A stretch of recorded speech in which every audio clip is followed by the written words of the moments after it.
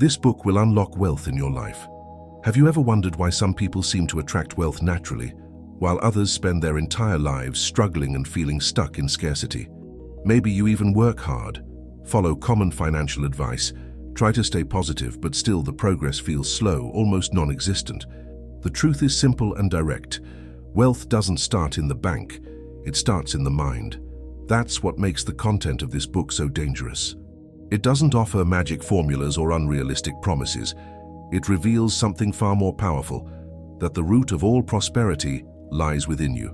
The mind is the strongest tool you have. Everything you're experiencing today is a direct result of what your mind has accepted as truth. If you're surrounded by limitations, financial difficulties, debt, or a feeling of powerlessness in life, that's only a reflection of what your mind believes is possible for you. What this book reveals is that your external reality is always a direct consequence of your internal reality. If you want to change the results you see on the outside, you need to change what's happening on the inside. The first change begins with a deeper understanding. Your mind is a command center, and it's always working all the time. Even when you don't realize it, you're giving orders to your reality. Orders that manifest in the form of experiences, people, opportunities, or the lack of all of these. It's not about thinking positively once in a while. It's not about repeating impulsive phrases without emotion. It's about installing powerful beliefs that become part of your identity, to the point that your reality bends to obey what you strongly believe. This book is dangerous because it doesn't place blame on others, the economy, the government, your parents, or your past. It says, the responsibility is yours. And that scares a lot of people. It scares them because it forces you to face the fact that if you are experiencing scarcity at some level, you accepted it as natural. And it also scares them because it puts the power to change all of that in your hands. Freedom comes with this responsibility, and for those who are ready to use it, transformation is inevitable. Before we begin with the teachings, make sure you've subscribed to the channel. But only do this if you believe you were born to enjoy the best this earth has to offer.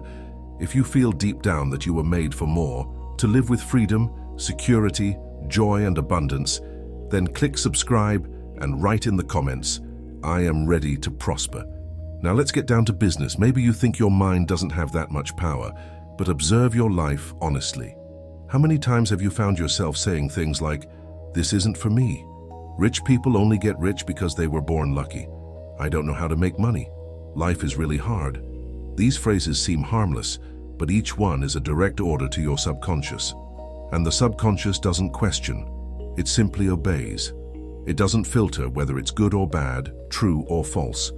If you say it frequently and with feeling, it understands that it should become real. And it transforms those beliefs into results. The wealth you so desire isn't outside of yourself. It's being built or sabotaged right now by the way you think. And the first key to changing that is understanding that you do have the power to reprogram your mind. You can teach your mind to think wealth, feel wealth, expect wealth. And the clearer, more consistent, and emotionally strong that programming is, the faster reality aligns. This isn't theory, it's observable. Think of people who constantly complain. Nothing ever works out for them. Everything becomes a problem. Now think of people who, even when facing difficulties, maintain a positive, determined, and confident outlook. These people sooner or later turn the tables. Because what sustains their reality isn't the facts themselves, but how they interpret them internally. A rich mind sees possibilities where a poor mind only sees obstacles. Now repeat this aloud. My mind is the source of my wealth. Say it again with conviction. I create wealth with what I think, with what I feel, and with what I believe.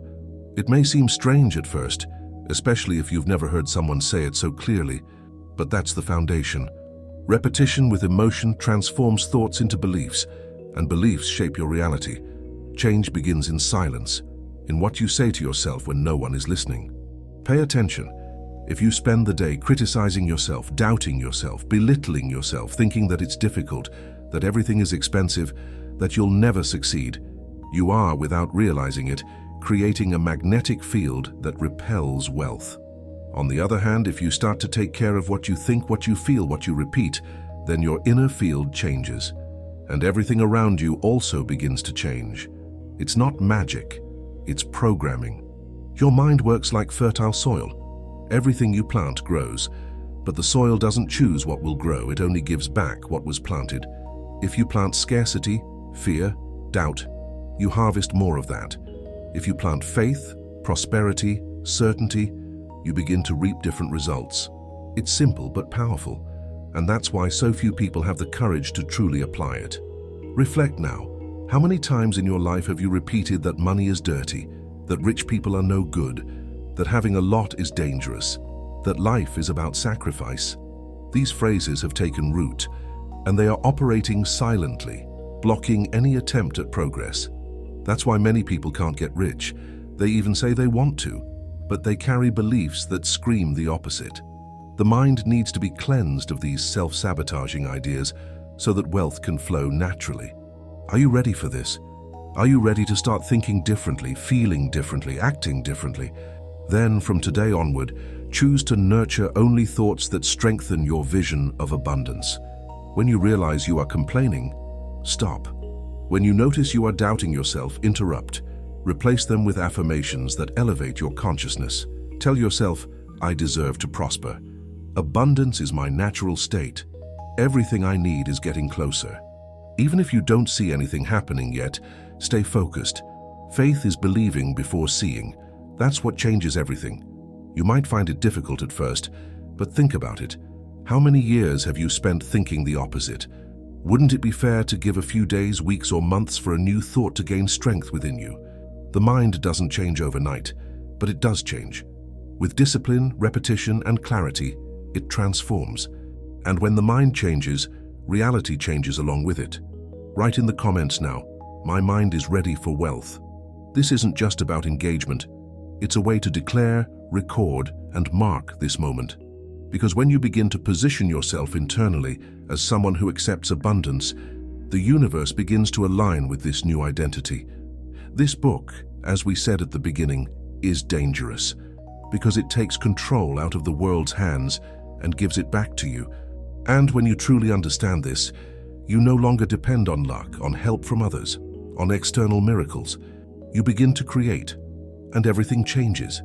If you truly understood what was said in the previous part, then you already know. Your mind is shaping everything. And now it's time to delve even deeper, because there's an essential point that few realize, and that's why so many remain in scarcity even while trying to change their lives. Most people live with their bodies in the present, but with their minds trapped in the past, trapped in memories of failure, in painful experiences, in unfair comparisons. This creates an invisible prison, and nobody gets rich living in prison. The mind that wants to create wealth needs to be loose, light, and free to imagine new scenarios, even if they don't yet exist outside. Here's the truth. External reality is always a delayed reflection of your internal reality. It's like an echo. You speak first. Then it comes back, so it's no use waiting for changes on the outside to then think differently. It doesn't work that way. You need to change inside first. Only then will the world react. That's what makes this teaching so powerful and so dangerous for those who aren't ready to take responsibility. Have you ever heard someone say, "I am just like this"? That phrase is poison because it seals the mind. It closes off any possibility of change. Whoever says that is declaring, "I refuse to evolve." But those who don't evolve repeat, and those who repeat continue to reap the same results. And if those results are bad, the cycle becomes a punishment. The only way out is to accept that the mind can and should be re-educated. The person you are today is simply the result of what you have thought, felt, and believed in recent years. If you want new results, you need to become a new person, and that starts with your thoughts. Let's do an exercise now. Close your eyes for a moment if you can, and visualize yourself living with financial freedom. Imagine yourself making decisions calmly, without fear of looking at your bank statement, buying something without guilt, helping loved ones without suffering. See the details, feel the emotion. The mind loves details. And the more real this image is for you, the stronger the internal programming will be. You're not dreaming, you're training. You're teaching your mind to get used to abundance. Because what your mind accepts naturally, it attracts easily. Now think, how much time do you spend every day thinking about problems, complaining about bills, talking about the crisis? That's training too. But it's training for scarcity. Every time you repeat, "It won't work, it's difficult, everything is expensive," you're sending signals, and your mind responds, "Okay, then let's keep it that way." You want to get rich, but you're feeding your mind images of poverty. That can't work. It's like wanting to lose weight by eating poorly every day. The mind works through repetition, and it repeats what you feed it, without judgment. Therefore, start being selective with your thoughts. Don't let just anything in there. Take care of your mind as if it were the soil in a garden. Would you plant garbage in a garden? Of course not. So don't accept thoughts of defeat, scarcity, shame, or guilt. They don't build anything, they only destroy. And the more you allow them, the harder it becomes to break the cycle. Change begins the moment you refuse to think the way you used to. Even if nothing has changed on the outside, the internal decision already changes everything. There comes a moment when a person wakes up, literally. They look at themselves, at the life they live, and realize they're tired of repeating patterns. They may not know how to change, but they feel they can't continue as they are. If this is your moment, seize it, because this awareness is a turning point. It's like a key that turns, and when it turns, it doesn't go back. You start to see things you previously ignored. You begin to realize how much you were programming your mind for failure without realizing it. And you start to ask yourself, what else am I accepting that I shouldn't? A poor mind lives defensively. It expects the worst. It distrusts everything. It reacts to the world as if it were always an enemy. And this posture creates an invisible barrier against prosperity. A rich mind, on the other hand, observes the facts but chooses where to focus. It asks itself, what can I do with this, and how can I grow here? What can I learn from this situation? This attitude changes everything, because the rich mind understands that every crisis hides an opportunity, that every difficulty can be an impetus, and that everything that happens can be used to your advantage if you are aware of it. So start observing yourself. Pay attention to how you speak, to the words you use, to the stories you repeat. Notice if you're always saying things are difficult, that there's a lack of money, that there's never anything left over. This is all a mental script, a script you follow without realizing it. And as long as you follow this script, you'll continue to have the same endings. To change the outcome, you need to change the script. Rewrite your internal narrative. Start telling a new story about yourself, a story in which you are capable, deserve, and are ready to thrive. The hidden power of the words you repeat. There's something that needs to be said very clearly. Your words are not neutral. They have weight, they have power, they have energy.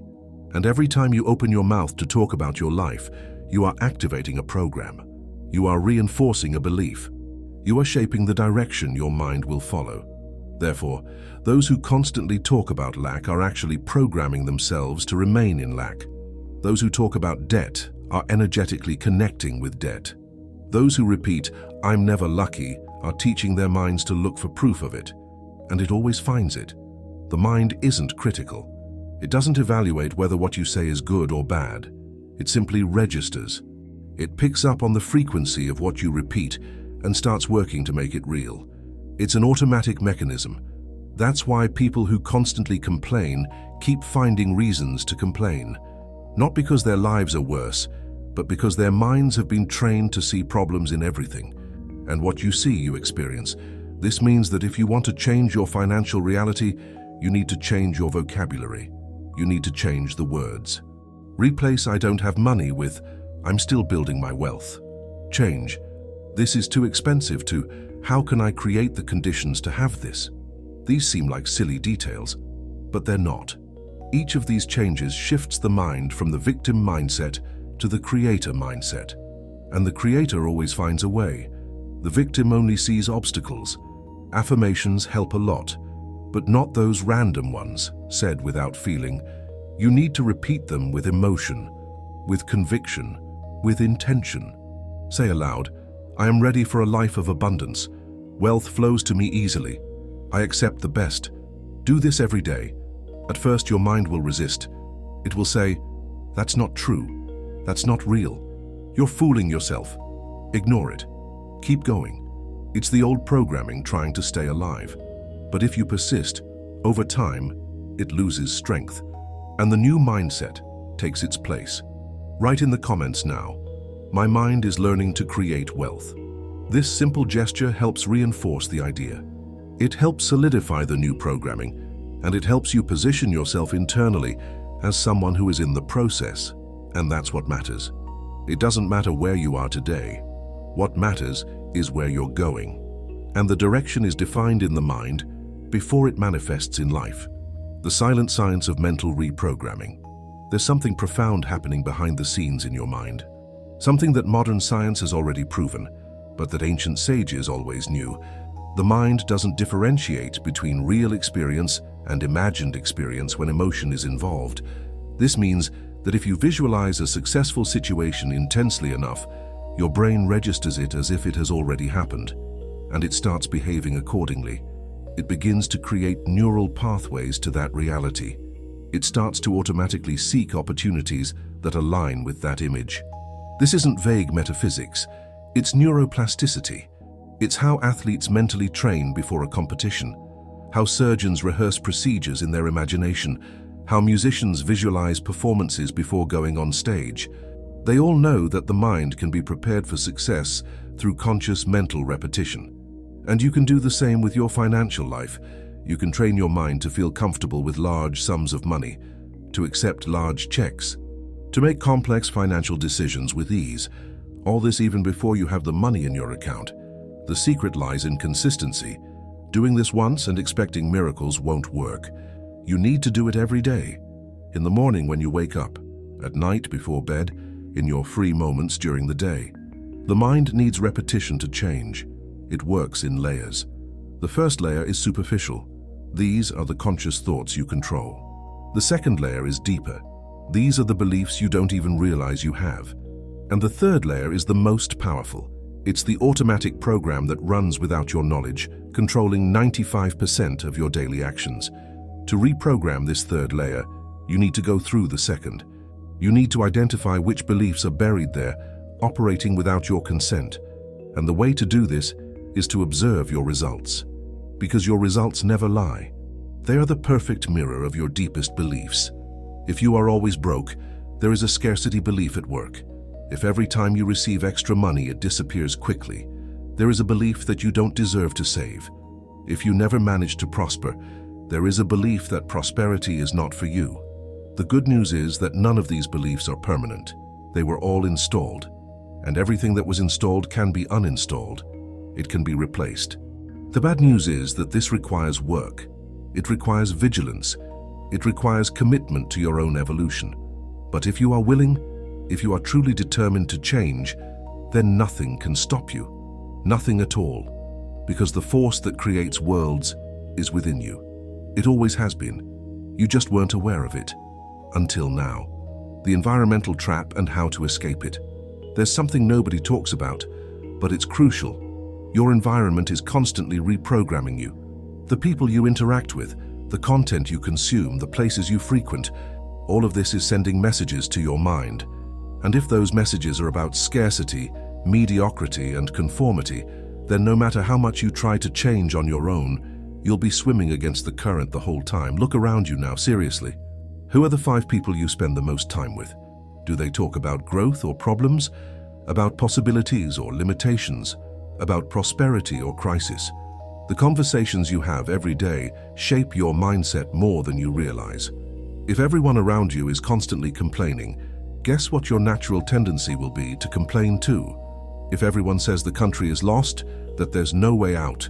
If everyone says the country is lost, that there's no way out, that rich people only steal, your mind will absorb that. And you'll start acting based on those beliefs. Therefore, one of the most important decisions you can make is to heal your social circle. You don't need to cut anyone off abruptly or aggressively, but you do need to start distancing yourself from toxic conversations, from people who only see the negative side, from environments that drag you down, and at the same time, you need to actively seek out people who are already where you want to be, people who talk about abundance naturally, who see challenges as opportunities, who vibrate at a higher frequency. This isn't elitism, it's mental survival. Because if you want to think like the rich, you need to expose yourself to the thinking of the rich. If you want to act like someone who is prosperous, you need to observe how prosperous people act. And that doesn't happen by staying in the same place, with the same people, having the same old conversations. You need to expand, seek new spaces, consume new content. Join groups, communities, courses where people are truly evolving, where the conversation isn't about soap operas, gossip, or complaints, but about strategy, growth, and action. And don't be fooled into thinking this is impossible for you. Today, with the internet, you have access to brilliant minds from all over the world. You can follow inspiring people, you can listen to transformative podcasts, you can read paradigm-shifting books. You can participate in online communities where the level of awareness is different. All of this is within your reach. What's lacking isn't resources, it's decision. The decision to stop feeding yourself with shallow content and start nourishing your mind with what truly matters. Your digital environment also matters, because your mind can't differentiate between someone being physically near you or appearing on your phone screen. If you spend hours a day consuming content from frustrated people, your mind will absorb that frequency. If you spend hours watching people flaunt wealth without substance, your mind will think that wealth is just appearance. But if you choose well, if you filter what enters your mind, it will be exposed to real examples of conscious prosperity. And that changes everything. The exact moment, when everything starts to change. Gradually, you will notice subtle changes. Your reactions will be different. You will begin to see opportunities where you previously saw problems. New people will appear. Improbable situations will arise, not by magic, but because your internal filter has changed. You will be more attuned to the frequency of abundance, and reality responds to your frequency, not to your empty words. These changes don't happen linearly. It's not like something magical happens on day 30 of practice. It's more subtle. It's gradual. One day you realize you reacted differently to a situation that would have previously made you lose control. Another day, you notice you had an idea you never would have had before. Then, you realize someone approached you with an unexpected proposal. These are signs that the reprogramming is working, that your mind is, in fact, reconfiguring itself to a new pattern. And when you notice these signs, you need to celebrate them. You need to recognize that you're on the right track. Because many people give up before they get here. They give up because they think it's not working, because they expect huge results in a week. But real transformation is silent. It happens in the deepest layers first. Only then does it manifest on the surface. It's like a tree. You plant the seed, water it every day, and for weeks you see nothing. But underground, something is happening. The roots are growing. And when the sprout finally appears, the invisible work has already been done. The same happens with you. Every day you choose to think differently, you are strengthening roots. Every day you refuse to conform to the old pattern, you are creating new neural connections. Every day you visualize, affirm, and act in alignment, you are planting. And at some point, usually when you least expect it, the result appears. It appears in a way you never imagined. Because the creative mind finds paths that the logical mind would never plan. Therefore, be patient. But don't confuse patience with passivity. Patience is continuing to water the seed every day, trusting that it will sprout. Passivity is planting and never returning. Patience is active. It demands presence. It demands consistency. It demands faith in the process. And faith here is not blind belief, it is certainty based on principles. It is knowing that if you plant correctly, harvesting is inevitable. It may take time, but it is inevitable. Internal resistance and how to overcome it. Now we need to talk about something uncomfortable: resistance. Because the moment you decide to truly change, something inside you will fight against it. It's the old programming trying to survive. It's the comfort zone screaming. It's fear disguised as logic, and if you don't know that this is going to happen, you might think you're doing something wrong. You might think it's not for you. You might give up. But the truth is that resistance is a sign of progress. It means you're working on deep layers. It means your mind has realized that something is changing. And since all change generates discomfort, it tries to bring you back to the known, even if the known is bad, because for the primitive mind, the known is safe. and the unknown is dangerous. It doesn't matter if the unknown is better. What matters is that it's different. And different is frightening. Then you'll feel the urge to go back. You'll hear inner voices saying, "This doesn't work, you're wasting your time, and come back to reality." There will be days when doubt will be stronger than certainty. There will be moments when it will seem easier to give up. And that's exactly where most people give up. Right before the turning point, right before the new program takes hold. It's like someone who's working out and gives up on the last set, the very set that matters most. Don't be that person. When resistance comes, and it will, acknowledge it. Tell yourself, it's you again, I know what you're trying to do, but it won't work this time. And keep going, keep affirming, keep visualizing, keep acting, because every time you overcome resistance, it weakens, and you become stronger. Every inner victory is a step, and every step takes you closer to the top. A powerful strategy is to keep a progress journal. Write down all the small changes you notice, all the insights, all the opportunities that arise, because when resistance hits hard, you'll be able to look back and see that yes, something is changing. You'll have concrete proof, and that will give you the strength to continue. It will remind you that the process works, that you're on the right track, that it's worth continuing. The final decision that changes everything. Wealth begins when you decide you deserve it. And that decision is mental, silent, profound. It doesn't depend on anyone, only on you. Once the mind awakens to this, it never goes back to sleep. It begins to seek, attract, and act in alignment with this new pattern. And when that happens, nothing can stop your progress. Nothing, because the force that moves everything comes from within. This decision isn't something you make once and that's it. It's something you reaffirm every day. Every time a thought of scarcity tries to creep in, you decide again. Every time someone tries to convince you that you can't, you decide again. Every time doubt creeps in, you decide again. It's a living decision. It's a daily commitment to yourself, to the person you are becoming, to the life you are building.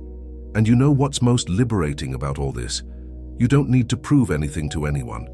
You don't need to convince others. You don't need to wait for permission. You don't need to ask for authorization. The change happens first inside, and only then does it manifest outside. So while people still see you the old way, you're already new inside. And that's powerful, because you stop depending on external validation. You stop needing others to believe in you. You believe in yourself, and that's enough. Ultimately, it all comes down to this. Are you willing to take full responsibility for your life? Are you willing to stop blaming circumstances, people, the country, luck? Are you willing to look in the mirror and say, I created this, and if I created this, I can create something different? Because that's when everything changes, when you step out of the victim role and assume the role of creator, when you understand that your mind is the most powerful tool that exists, and that you can use it to build any reality you desire. There comes a point in this process where a person begins to wonder, if everything is in the mind, why am I not yet experiencing the wealth I desire? This is a sincere question, and it deserves a direct answer, because even understanding the theory, many people remain stagnant.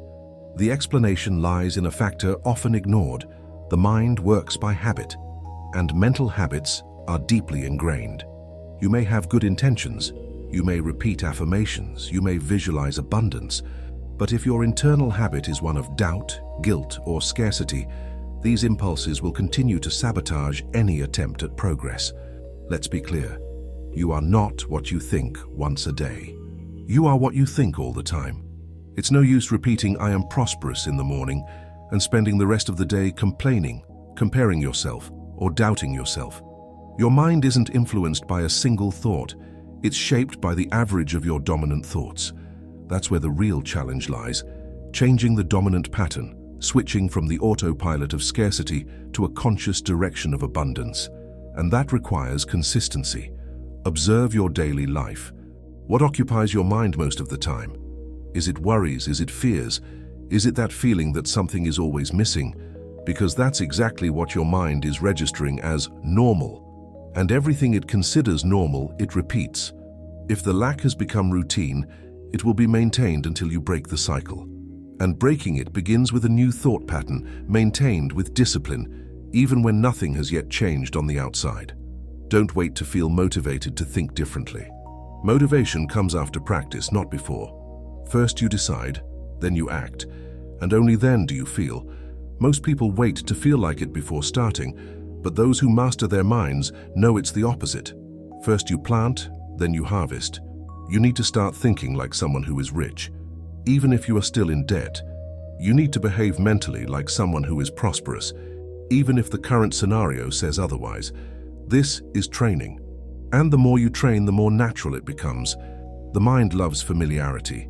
It clings to what it already knows, even if it's bad. That's why so many people sabotage themselves when things start to improve, because deep down, they are more accustomed to scarcity than to abundance. Wealth is frightening, not because it's bad, but because it's unknown, and the unknown provokes resistance. Therefore, you need to prepare your mind to accept the new. And this is done by repeating the new until it no longer seems strange. The brutal truth about mental habits that nobody tells you. There's something that needs to be said honestly. You've been operating on autopilot for years, maybe decades. Every morning you wake up, your mind already knows exactly what to do. It activates the same neural circuits. It triggers the same thoughts. It generates the same emotions. And you, without realizing it, follow the script. Like an actor who has memorized the role so well that they don't even need to read the script anymore. The problem is that this script was written by older versions of yourself. Versions that didn't know what you know now. Versions that accepted limitations that you no longer need to accept. Think about it for a moment. How many times today did you think exactly what you thought yesterday? How many of your reactions were identical to those of last week? How many of today's fears are the same as last month's? The answer is probably almost all of them. And this reveals something fundamental. You're not living, you're repeating, you're in a loop. And as long as you're in a loop, the results will always be the same. Not because the world is against you, but because you're sending the same signals, making the same decisions, feeding the same patterns. The subconscious mind doesn't judge. It doesn't ask if a habit is good or bad. It simply executes. And it executes perfectly what you repeat most often. If you repeat fear, it will keep you in situations that generate fear. If you repeat doubt, it will keep you away from opportunities that require confidence. If you repeat scarcity, it will keep you away from abundance because abundance isn't part of the installed program. And here's the painful part. You installed this program, perhaps unintentionally, perhaps influenced by others, but you were the one who allowed it to run until it became automatic. The good news? You can uninstall, you can reprogram, you can create new mental habits, but it won't be comfortable because every old habit fights for its own survival. It doesn't want to be replaced. It will resist. It will make you feel that the new path is strange, false, forced, and many people give up right there. They think that if it doesn't seem natural, it's because it's not true. But that's a trap. What isn't natural is only what you haven't repeated enough yet. Keep repeating it, and it will become as natural as the old pattern, more natural even, because it will be sustained by conscious choice, not by unconscious programming. Repeat now aloud if you can. I'm getting used to abundance. Say once more, it is natural for me to live well, to have more than enough, to feel secure. These phrases are simple, but they are seeds. Each repetition strengthens a new root within you. And over time, these roots become so strong that there is no more room for thoughts of scarcity. This is how you reprogram your mind, one thought at a time, with intention, with firmness, with consistency. The invisible danger of everyday conversations. Another important point, be careful about the conversations you have with others. Words have weight. When you talk about crisis, difficulty, or lack, you are reinforcing those ideas, even if it seems harmless. Avoid participating in groups of complainers.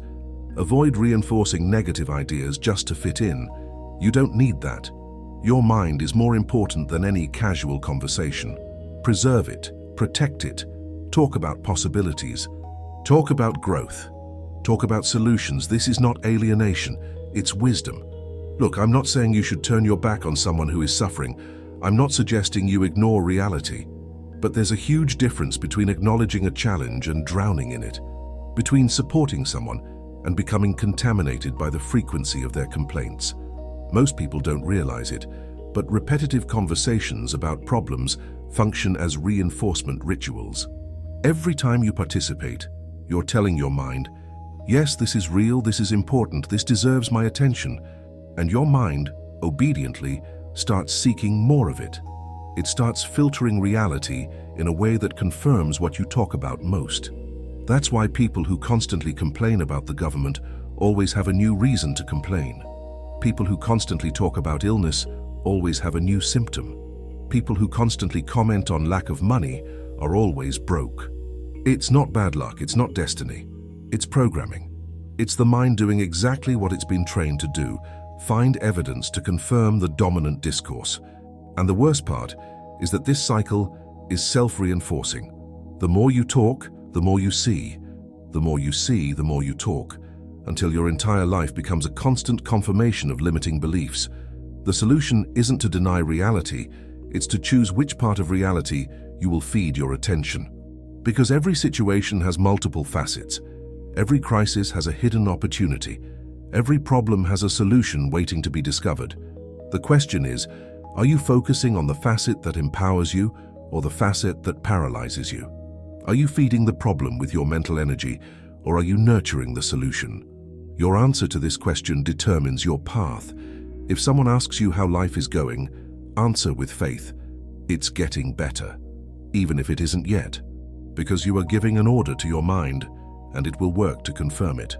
Life changes first in what you say, then in what you see, and finally in what you live. Words come before reality. Affirmation comes before manifestation.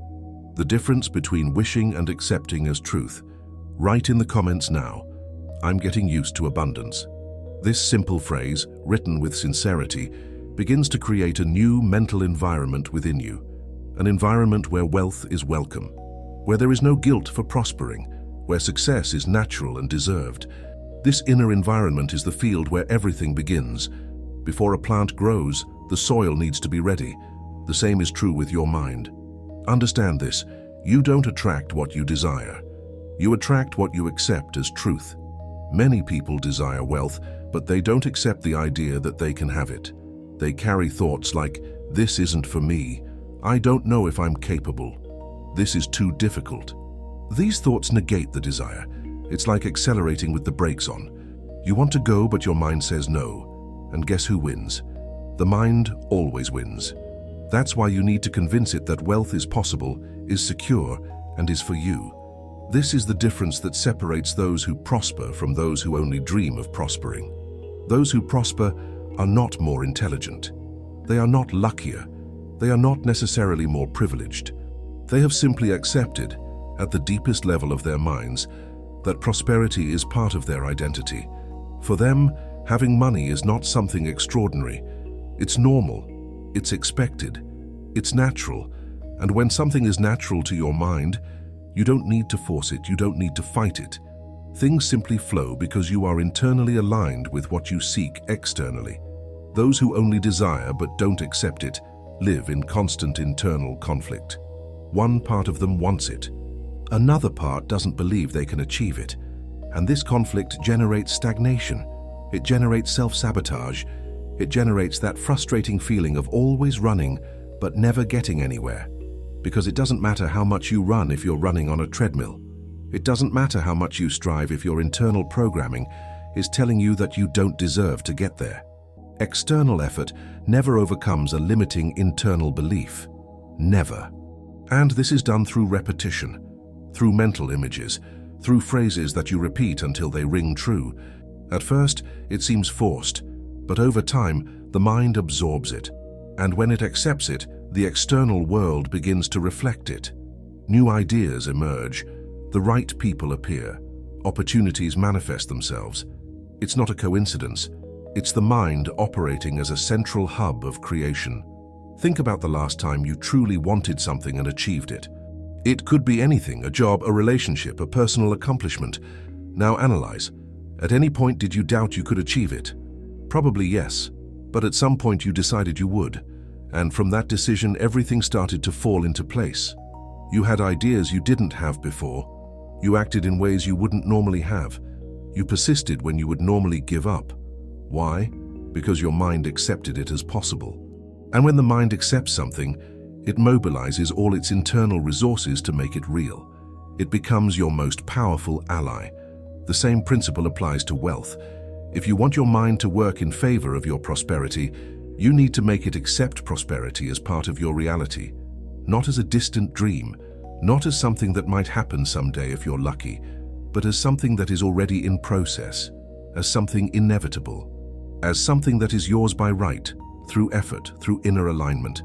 When you reach this level of acceptance, the game changes completely. The mental diet, that few take seriously. Therefore, be mindful of what you watch, what you listen to, what you read. All of this feeds your mind, and if you want it to produce wealth, you need to provide it with the right material. Stop consuming content that weakens you, that makes you feel less, that reinforces the idea that the world is lost. Start feeding your mind with everything that expands, strengthens, and inspires. This is not a luxury, it's a necessity. Your mind is like a computer. If you install viruses, it crashes. If you install heavy and unnecessary programs, it slows down. If you don't maintain it, it stops working properly. The same happens to you. If you spend hours consuming sensationalist news, your mind understands that the world is dangerous and chaotic. If you watch reality shows full of drama and conflict, your mind normalizes that kind of energy. If you spend the day on social media seeing people pretending to have perfect lives, your mind develops frustration and envy. All of this contaminates your internal programming, and the worst part is that it happens without you realizing it. It's subtle.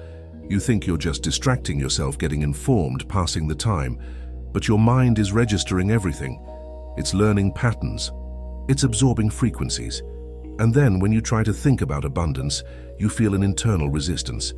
Where does this resistance come from? From the garbage you allowed in, from the toxic information you consumed unfiltered, from the heavy energy you absorbed thinking it wouldn't make a difference. The truth is, it makes a difference. It makes all the difference. The quality of your thoughts depends directly on the quality of your sources. If you want to think like a millionaire, you need to consume content from millionaires. If you want to develop an abundance mindset, you need to expose yourself to stories of abundance. If you want to feel capable and powerful, you need to feed your mind with examples of people who have overcome, who have won, who have achieved. This isn't empty motivation, it's strategic programming. So, do a clean sweep. Look at everything you consume daily and ask yourself, is this bringing me closer to or further away from my goals? Is this strengthening my abundance mindset or reinforcing my scarcity belief? Be honest, and be brutal in eliminating what no longer serves you. Unfollow profiles that make you feel bad. Stop watching programs that make you anxious.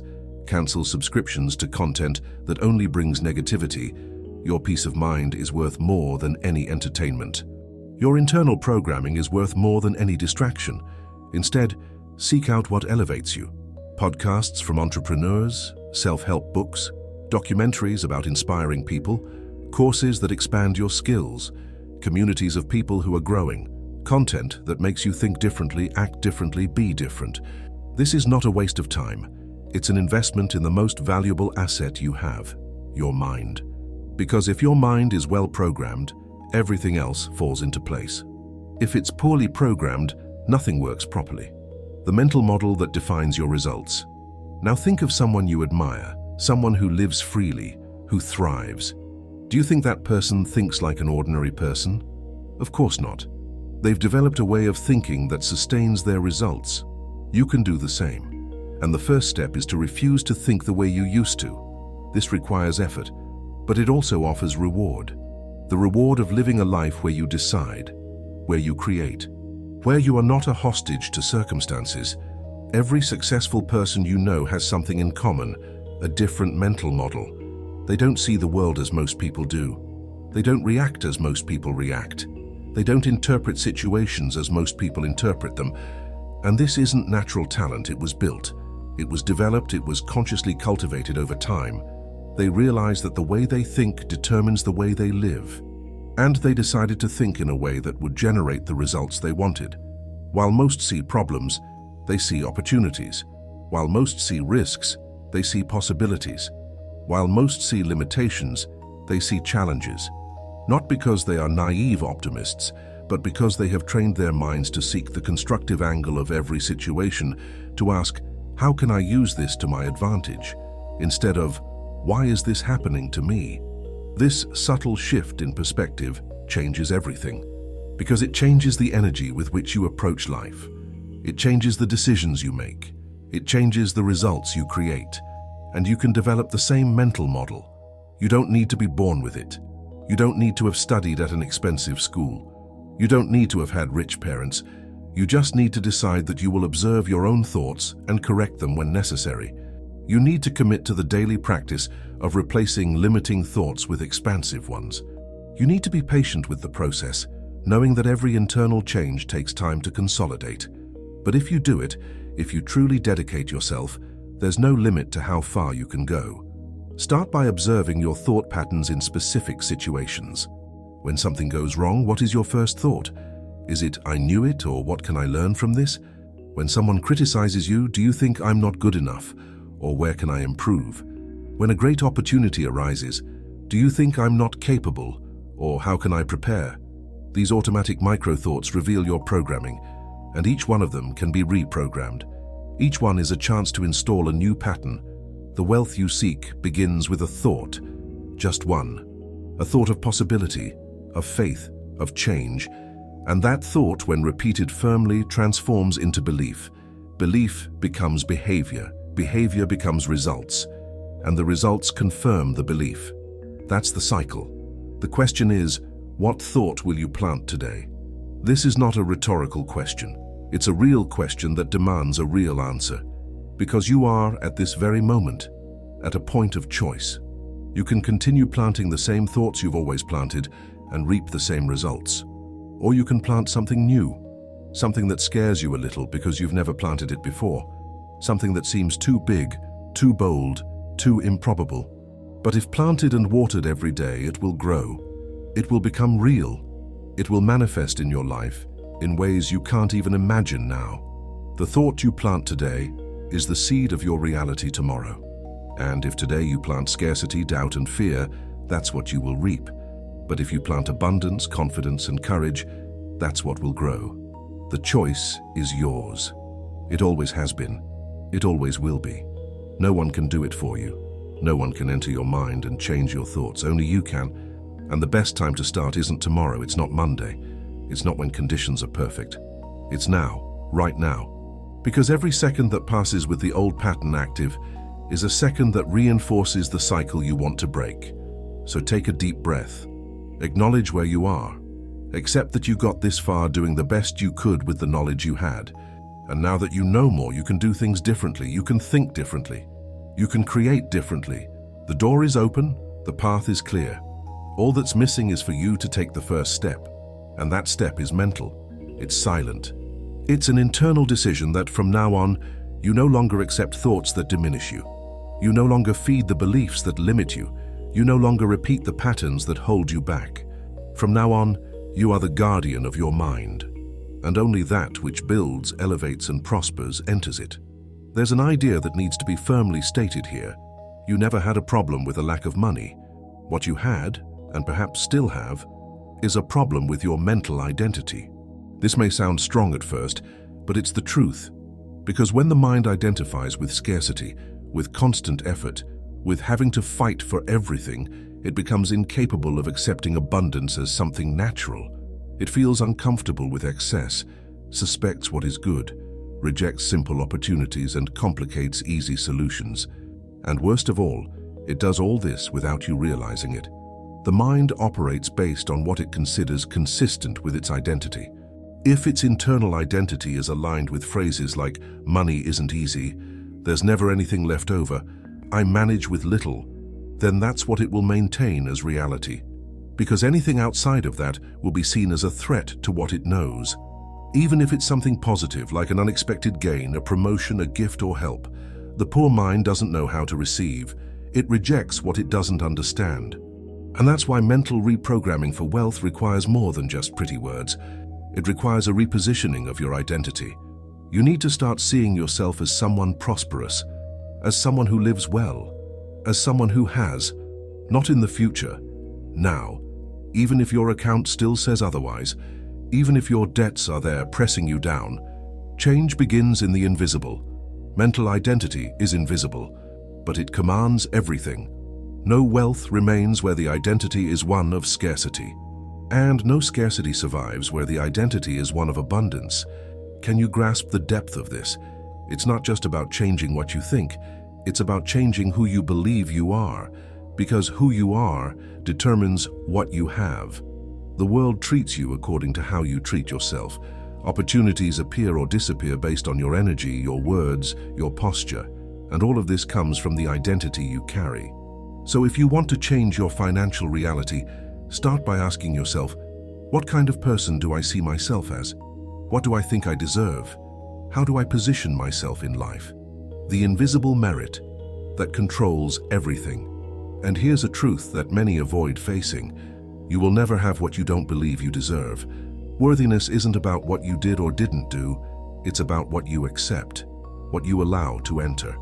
If you look at success with distrust, if you feel guilty just thinking about earning a lot, if you feel uncomfortable when someone talks about wealth, these are signs that your mind hasn't yet opened to the new level you say you want.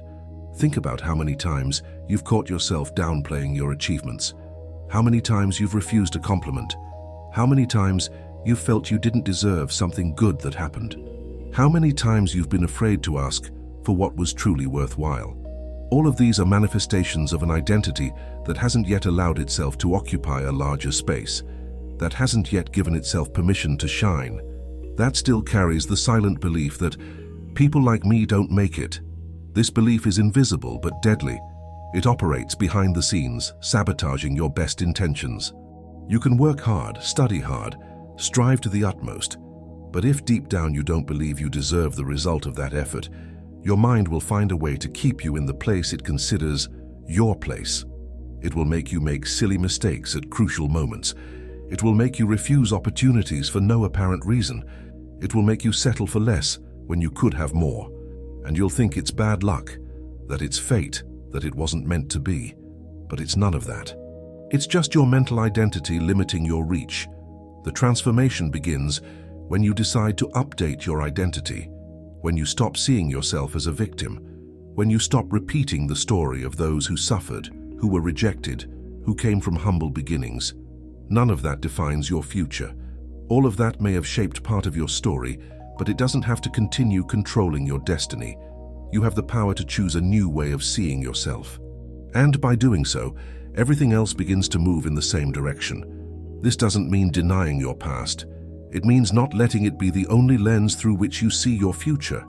It means recognizing that you were this, you went through this, you learned from it. But now you are a different person. A person who knows more, who can do more, who deserves more. Not out of arrogance, but out of awareness. Awareness that you are not your mistakes. You are not your failures. You are not your losses. You are much greater than all of that. And this greatness needs to be recognized first by you, before the world recognizes it. Repeat after me now, firmly. I am changing my identity. Say it again. I am a prosperous person. I deserve to live peacefully. I accept the best that life has to offer. Don't just say it. Feel it.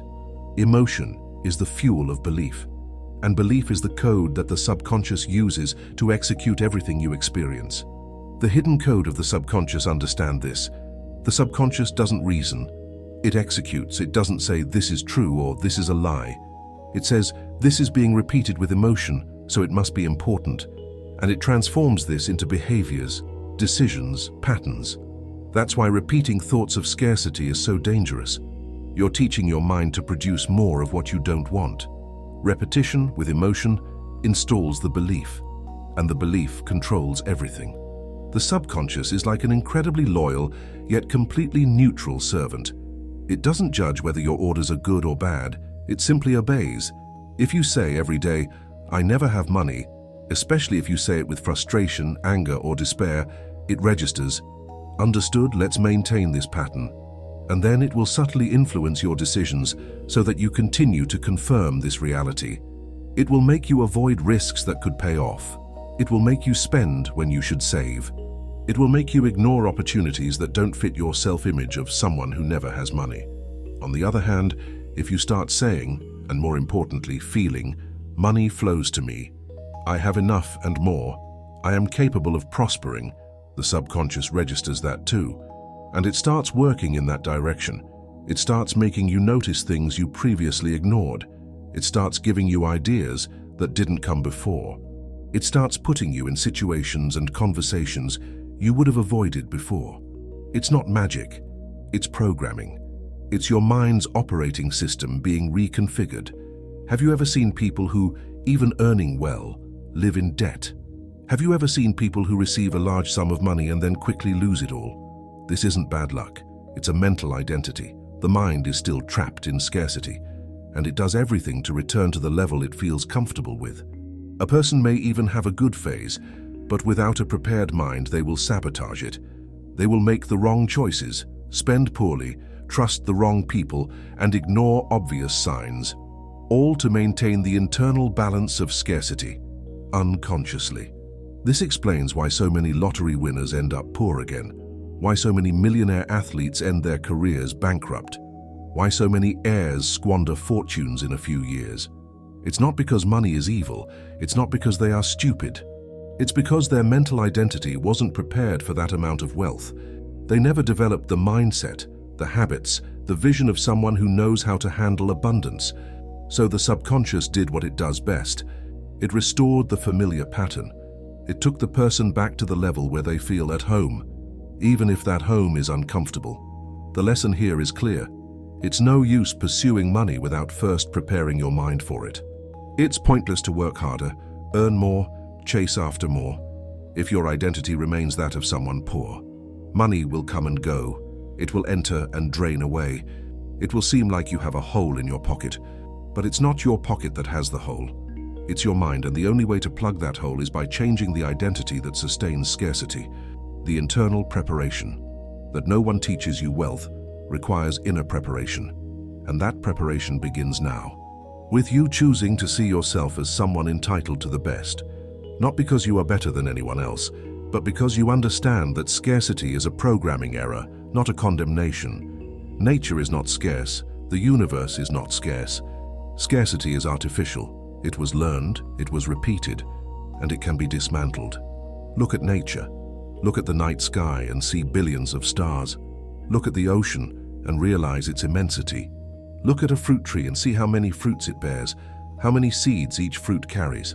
Abundance is the rule. Scarcity is the exception created by the conditioned human mind, created by systems that benefit from keeping you afraid, created by beliefs that have been passed down from generation to generation without ever being questioned. But you can question it. You can look at these beliefs and ask, is this really true, or is it just what I've been taught to believe? You can investigate where these ideas came from, that money doesn't grow on trees, that you have to suffer to achieve it, that rich people are thieves, that poor people are honest. All these phrases are programming. They are mental viruses installed over the years. And if you don't consciously remove them, they continue running in the background, controlling your choices without you realizing it. Inner preparation is not an event. It's a process. It's a daily commitment to observing your thoughts and correcting them, to take automatic thoughts of scarcity and replace them with conscious thoughts of abundance, to notice when you are acting from fear and deliberately choose to act from confidence, to notice when your posture is one of closure and intentionally choose to open yourself to possibilities. With each new thought of abundance that you sustain, you weaken an old root of limitation. Each time you reject a thought of fear, you release an invisible shackle that held you captive. Each time you say, I can, even with doubts, you send a new command to your subconscious. And that command, if repeated, begins to change your behavior. And your behavior begins to change your results. Think of it like training a muscle. At first it's difficult. You lift the weight and it seems impossible. Your body resists. It hurts. You want to stop. But if you continue, if you persevere, something magical happens. The muscle adapts. What was once impossible becomes possible. What was once heavy becomes light, and you get stronger. The same happens with your mind. At first, thinking about abundance while living in scarcity seems false, forced, impossible. But if you continue, your mind adapts, and what once seemed impossible becomes your new normal. The declaration that changes the internal game. Write in the comments now, "I am changing my mental identity." This simple statement already begins to align you with your new self, the self that thinks clearly, that feels deserving, that acts with confidence, and that attracts opportunities compatible with this new frequency. When you write it down, when you declare it publicly, something happens. You're not just thinking it, you're committing to it, you're making it real. You're telling the universe, and more importantly yourself, that you are in transformation. And that act of declaration has power, because it forces you to take a stand, to move out of the passive zone of intention and into the active zone of decision. Many people spend years wanting to change, thinking about changing, dreaming about changing, but never declare it, never commit to it, never make it public, not even to themselves. And while change remains in the realm of vague possibility, it never materializes. But when you declare it, when you write it down, when you verbalize it, you activate something within you. You trigger a psychological mechanism that puts you into action mode. And it is action, even if it's just the mental action of thinking differently, that creates real change. Remember, the world responds to your vibration, not your intentions. If your intention is to prosper, but your vibration is one of fear, doubt, and guilt, that's what will be reflected back. Therefore, you need to sustain the new pattern internally, even when nothing has changed externally. That's where the real test lies, and that's where few pass. Most people give up at exactly this point. They start well, they make the affirmations, they visualize, they change some thoughts. But after a week, 2 weeks, a month, they look around and see that nothing has changed externally, and they conclude, this doesn't work, and they go back to their old patterns. What they don't understand is that external change is always delayed in relation to internal change. It's like planting a seed and expecting to see the tree the next day. It doesn't work that way. You plant, you water every day, you protect the soil, you have faith in the process.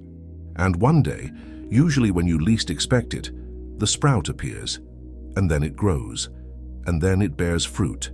But if you dig up the seed every day to see if it's growing, you kill the plant before it even has a chance to sprout.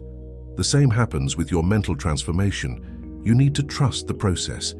You need to keep nurturing the new identity, even without seeing immediate results. You need to sustain the vibration of abundance, even when external reality still shows scarcity. The ultimate identity test. But you're here.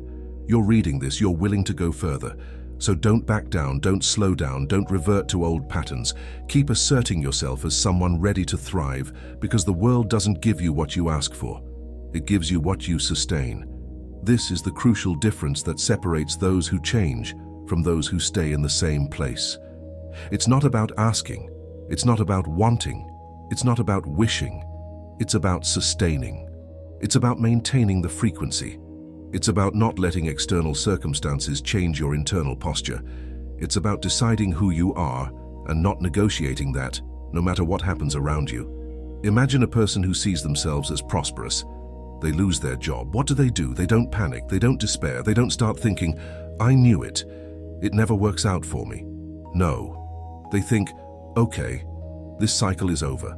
The next one will be even better. What opportunity is this creating? This is a person with an abundance identity. They don't deny reality. They don't pretend everything is fine when it's not. But they don't let the situation redefine who they are. They keep their inner identity intact. And from this solid identity, they act and find solutions and create opportunities and prosper.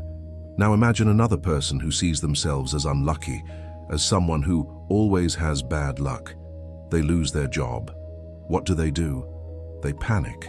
They confirm to themselves that, I knew it would go wrong. They start telling everyone how unfair life is, how they never have any luck, how everything they touch turns to dust.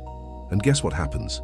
They attract more of that, because their identity is generating a vibration that repels opportunities and attracts confirmation of their limiting belief. Same situation. Two people. completely different results. Why? Because of identity, because of who each one believes themselves to be. One sees themselves as someone capable of overcoming, the other sees themselves as a perpetual victim. And both are right, because both create the reality that their identity sustains. So the question you need to answer now, with complete honesty, is, which of these people are you, or rather, which of these people do you choose to be? Because you weren't born with a fixed identity. You're not condemned to be just one way. You can choose. You can decide. You can reinvent yourself as many times as necessary, until the identity you carry is compatible with the life you want to live. And this choice needs to be constantly reaffirmed, because life will test you. It will put difficult situations in your path. It will give you reasons to doubt. It will give you reasons to revert to the old pattern. And it is in these moments that you discover who you are truly becoming, whether you maintain the new identity or run back to the old one. Whether you sustain the vibration of abundance or let fear take you back to scarcity. Nobody said it would be easy. Nobody promised it would be quick. But what is being said with absolute certainty is that it works. Changing your mental identity changes your life. It always changes it. It can't not change, because everything you experience is a reflection of who you believe yourself to be. Change who you are inside, and what you have on the outside inevitably transforms. So make your decision now, not tomorrow, not on Monday. Now decide who you will be from this moment on. Decide what identity you will carry. Decide what vibration you will sustain. And then, no matter what happens, no matter how many times you stumble, no matter how many doubts arise, always return to that decision. Reaffirm it, remember it, reconnect with it, because that is the only thing you truly control, who you choose to be. And when you choose to be someone prosperous, someone abundant, someone deserving, and you sustain that choice with consistency, with emotion, with conviction, the universe has no choice but to respond, not by magic, not by luck, but because you have finally aligned yourself with the frequency of wealth. And at that frequency, prosperity is not a miracle, it is a natural consequence. When people talk about wealth, many still immediately associate it with the idea of accumulation, of possessing things, of large sums of money in the bank. But what this teaching reveals is that true wealth doesn't begin with having, but with being. And being here isn't about appearance or status. It's about the inner feeling, the vibrational state you maintain. It's about how you feel about money, prosperity, and the value you believe you possess. Most people live on an emotional frequency of survival. They wake up thinking about what will go wrong, worried about bills, about scarcity, afraid of lacking. This forms such a dense emotional field that even when something good comes along, they can't perceive or take advantage of it. Not because they lack the capacity, but because they are tuned to another channel. It's like trying to listen to a radio station while being on the wrong frequency. You don't hear anything clearly. Everything is noise. To begin creating wealth with your mind, you first need to adjust that frequency. And this is done not only by thinking differently, but by allowing yourself to feel differently. This is a point neglected by many. You can repeat phrases all day long, but if your emotions continue to vibrate with fear, anxiety, and inferiority, your mind will continue to operate at the same level of scarcity. The subconscious responds more to what you feel than to what you say. Feeling is the language it understands. So how do you change this in practice? Start by observing how you feel when you talk about money. Do you feel discomfort, tightness in your chest? Do you feel it doesn't suit you? This already shows that there is an emotional programming associated with scarcity. And this needs to be re-educated. It needs to be transformed from the inside out. You need to teach your mind that money is neutral, that it is not evil, not dangerous, not a reason for shame. It is merely an amplifier. It amplifies what already exists within you. The truth about money as an amplifier. If you are a good, conscientious, generous person, money will only amplify that. It will give you more opportunities to do good, to help, to grow, to invest in yourself and others. But if the idea that having too much is wrong still exists within you, your mind will sabotage any attempt to get rich. It will make you lose, forget, waste, avoid, all to maintain consistency with the dominant emotion.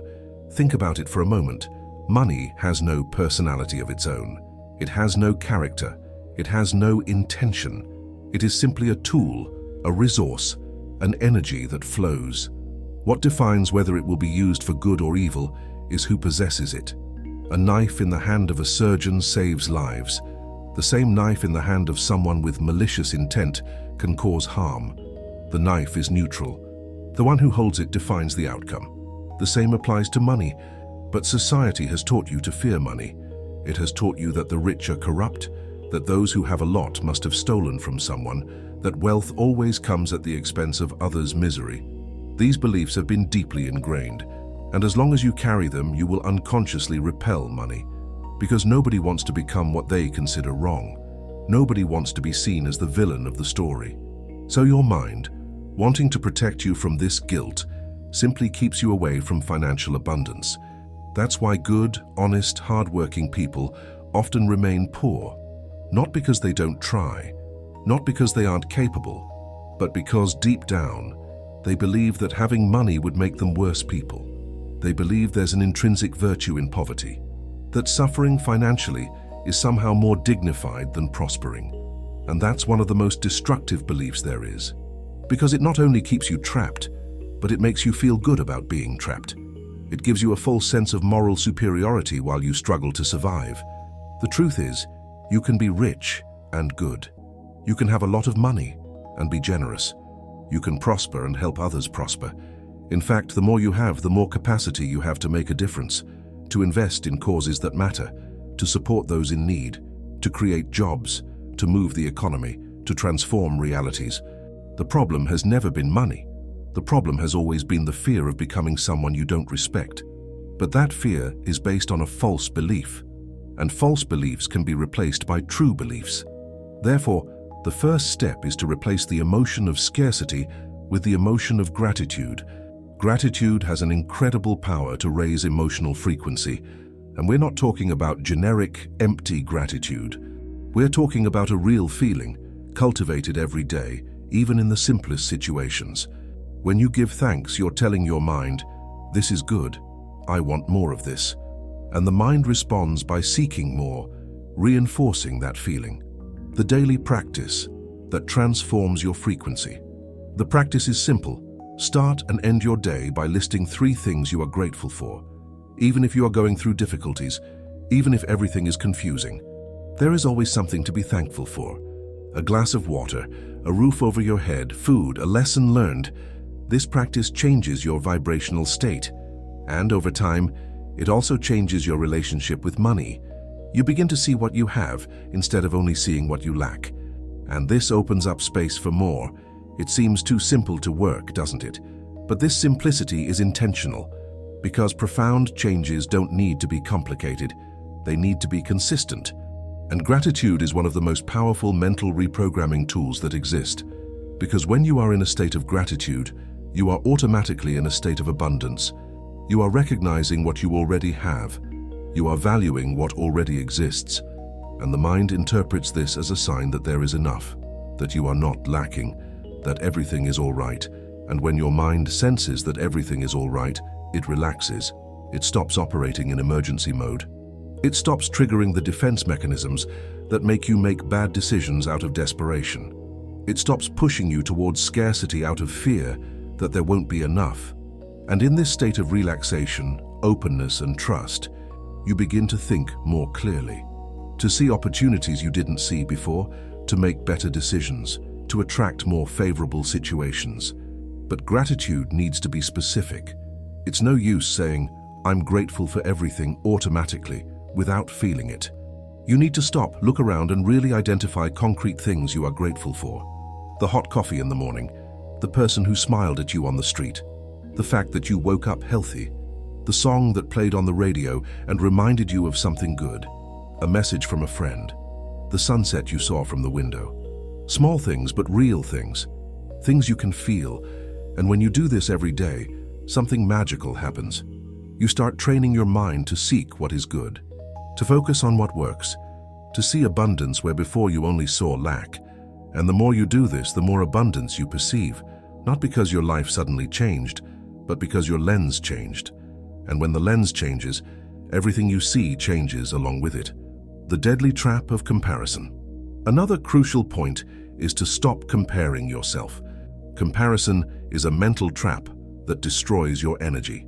When you compare yourself to others, you're telling your mind that what you have is insufficient. You're focusing on what's missing. You're reinforcing the idea that you're behind. This fuels anxiety, discouragement, and feelings of inadequacy. And all of this closes your mind to wealth. Because you don't attract what you criticize, you don't get closer to what you envy. Comparison distances you from what you desire. We live in the age of constant comparison. Social media bombards you with seemingly perfect lives. People showing off achievements, travels, material possessions, successes, and it's very easy to look at that and feel small, to feel behind, to feel inferior. But what you don't see is what goes on behind the scenes. The struggles, the doubts, the failures, the sleepless nights, the hard work. You only see the final result, edited, filtered, packaged to look perfect. And when you compare your backstage to someone else's stage, you always lose. You'll always feel inadequate. You'll always think you're not doing enough, that you're not being enough, that you don't have enough, and that feeling is poisonous because it steals your energy. It makes you forget your own progress. It makes you ignore your own achievements. It makes you devalue your own journey. The truth is that each person has a unique path, a unique timing, a unique process. What worked for someone else may not work for you in the same way. What took years for one person may take months for another, or it may take decades. There is no universal finish line where everyone needs to be at the same time. There is no single standard of success that everyone needs to follow. There is only your path, and the only person you should compare yourself to is who you were yesterday. So, when you see someone prospering, celebrate, applaud. Use it as inspiration, not as a measure of worth. Say internally, if it's possible for that person, it's possible for me too. That changes everything. It shows your mind that you don't see wealth as something distant, but as something accessible. It creates openness, acceptance, and where there is acceptance, there is reception. The universe gives to those who are open to receiving. When you see someone else's success as proof that it's possible, and not as proof that you can't, you completely change the energy of the situation. You stop competing and start expanding. You stop seeing the world as a zero-sum game, where if someone wins, you lose. And you start seeing the world as an infinite field of possibilities, where one person's success paves the way for others' success. The gateway to abundance. Write in the comments now, I open myself to receive. This phrase, spoken truthfully, begins to change your frequency. You move away from a lack mindset and into a receiving mindset. And that's the turning point, because the mind that receives is the mind that creates. It's the mind that transforms thought into reality. But look, opening yourself to receive isn't just a pretty phrase, it's an attitude. It's a conscious decision to stop blocking the flow of abundance. Because many people say they want to receive, but in practice they are constantly refusing. They refuse compliments, they refuse help, they refuse opportunities, they refuse gifts, they refuse recognition, and each refusal is a signal to the mind that you are not ready, that you don't feel worthy, that you don't really want what you say you want. Now think about this calmly. How many opportunities have you turned down because you didn't feel ready? How many times have you passed up something good because you thought you didn't deserve it? That's the scarcity mindset speaking louder. And it only stops when you start training your mind for the opposite. When you decide that you do deserve it, that you are prepared, that you are on the right path. Even if you don't feel completely confident, the decision comes before the feeling. The feeling comes from repetition. Think about the last time someone complimented you. What was your reaction? Did you accept it gracefully and say thank you? Or did you downplay it, change the subject and say, oh, it's nothing? Most people choose the second option, and every time they do that, they are training their minds to reject good things. They are saying, I don't deserve recognition. And if you don't deserve recognition, how will you deserve wealth? How will you deserve success? How will you deserve abundance? The ability to receive needs to be developed. It needs to be practiced. Start small. Accept compliments simply. Accept help when offered. Accept gifts without guilt. Accept opportunities even if they scare you. Each acceptance is a training exercise. It's a message to your subconscious that you are open, that you are ready, that you allow good things into your life. The language that creates realities. Every change in mindset begins with small daily actions, simple things, like organizing your wallet, like talking about money without fear, like stopping repeating that you're broke, that things are tough, that nothing is getting better.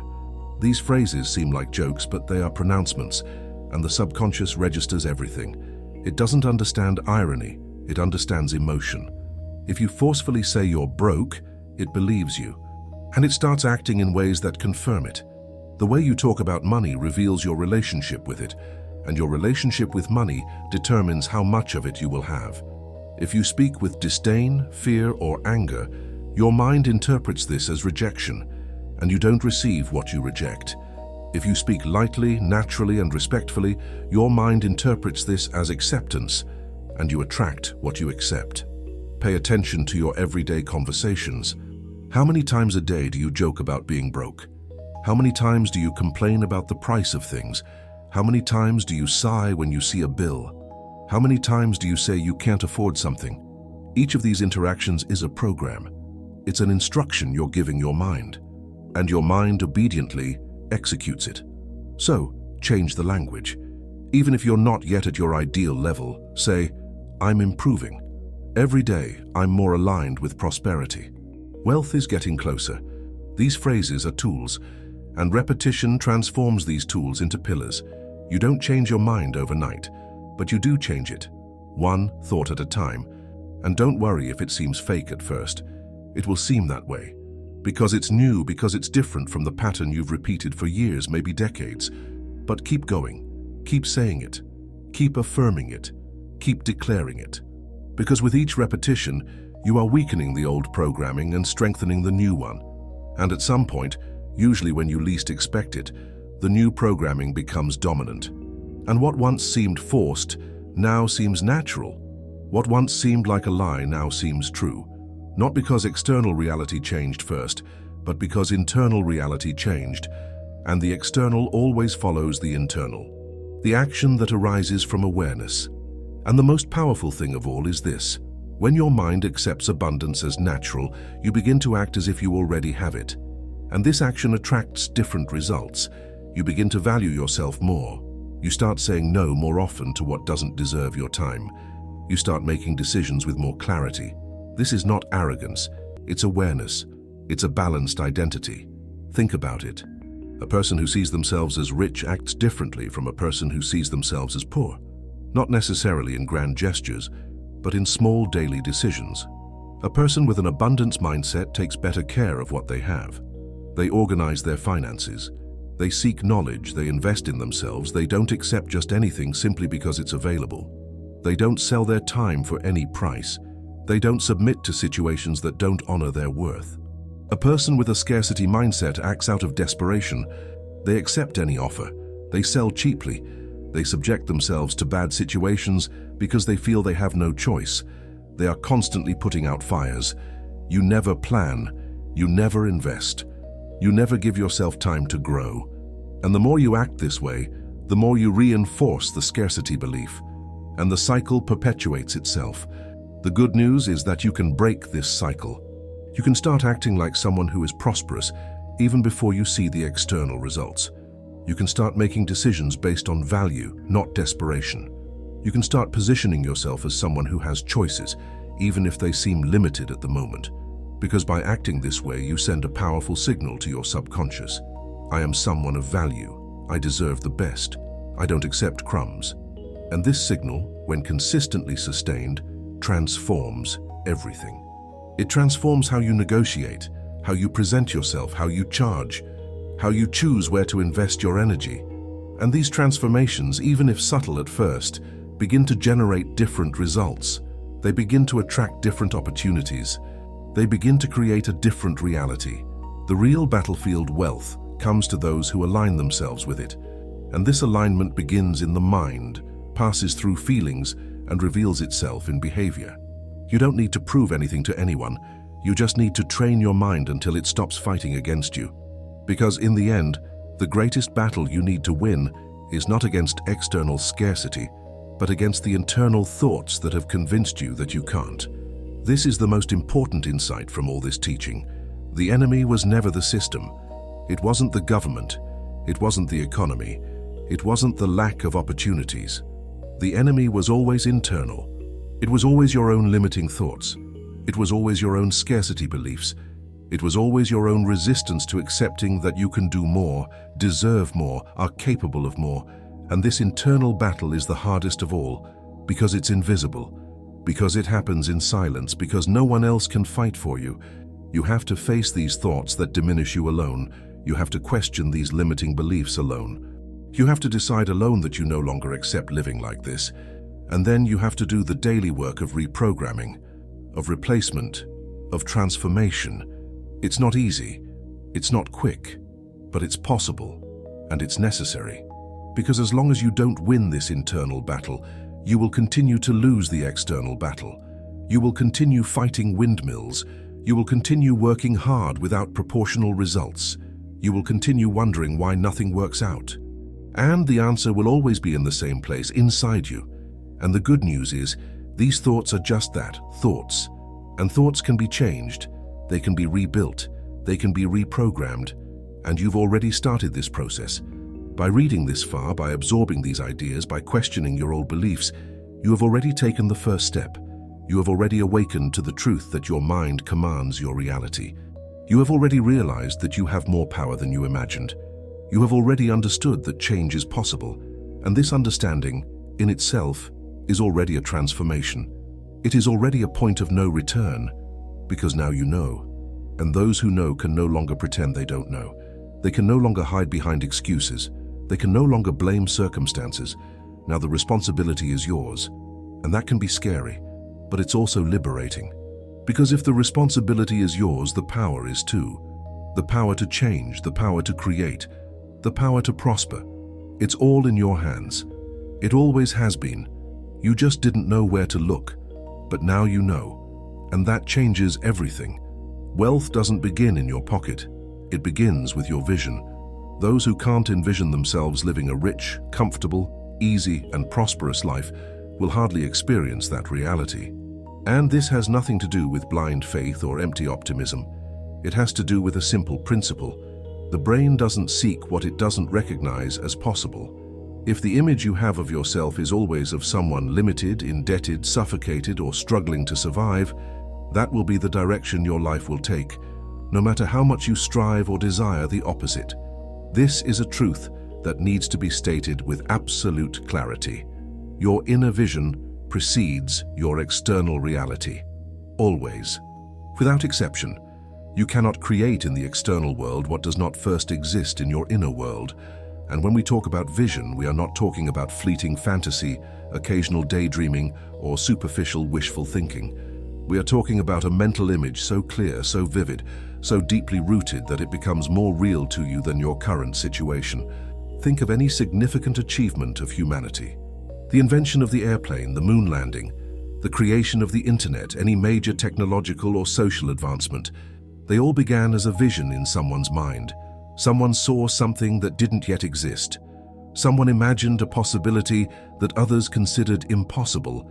And that vision was so strong, so clear, so compelling that the person couldn't rest until they made it a reality. It's exactly the same with your financial life. You first need to see yourself prosperous in your mind before you can become prosperous in your life. And seeing yourself prosperous isn't just imagining numbers in a bank account. It's much deeper than that. It's feeling what it would be like to wake up every day without that tightness in your chest thinking about bills. It's mentally experiencing the feeling of being able to choose based on what you want, not what you can afford. It's visualizing yourself making decisions from abundance, not scarcity. But here's the problem. Most people never allow themselves to have that vision. Why? For fear of disappointment, for fear of looking foolish, for fear that if they allow themselves to dream big and fail, the pain will be unbearable. So they keep their visions small, safe, realistic here being code for limited by past experience. And in doing so, they ensure that the future will only be a repetition of the past. It all starts with the mental image. It's what governs your decisions, your disposition, your daily behavior. When you see yourself as someone destined for abundance, you act differently, you speak differently, you walk differently, and most importantly, you stop sabotaging yourself, because there is no longer a conflict between what you want and what you believe you deserve. Let's explore this more deeply. Your mental image of yourself functions like an internal thermostat that regulates your life. Just as a thermostat keeps the temperature of a room within certain limits, your self-image keeps your life within certain parameters. If the temperature rises too high above the set point, the thermostat turns off the heating. If it falls too low, it turns it on. The goal is always to maintain the status quo. It's the same with your financial self-image. If you see yourself as someone who always manages but never has much left over, your life will revolve around that. You might have an exceptional month where you earn more, but unconsciously you'll spend more, have unexpected expenses, make bad investments, anything to bring you back to the level your self-image considers normal. Because your brain interprets any significant deviation from that pattern as a threat, as something wrong that needs to be corrected. And the reverse is also true. If you see yourself as someone prosperous, comfortable, and abundant, any situation that puts you below that standard will generate so much discomfort that you will automatically seek ways to return to your normal. But the normal for someone with a prosperous self-image is very different from the normal for someone with a scarce self-image. When you see yourself as destined for abundance, every financial obstacle is interpreted as temporary, as something to be overcome, not as confirmation that that's just how you are. When you see yourself as prosperous, you don't passively accept scarcity.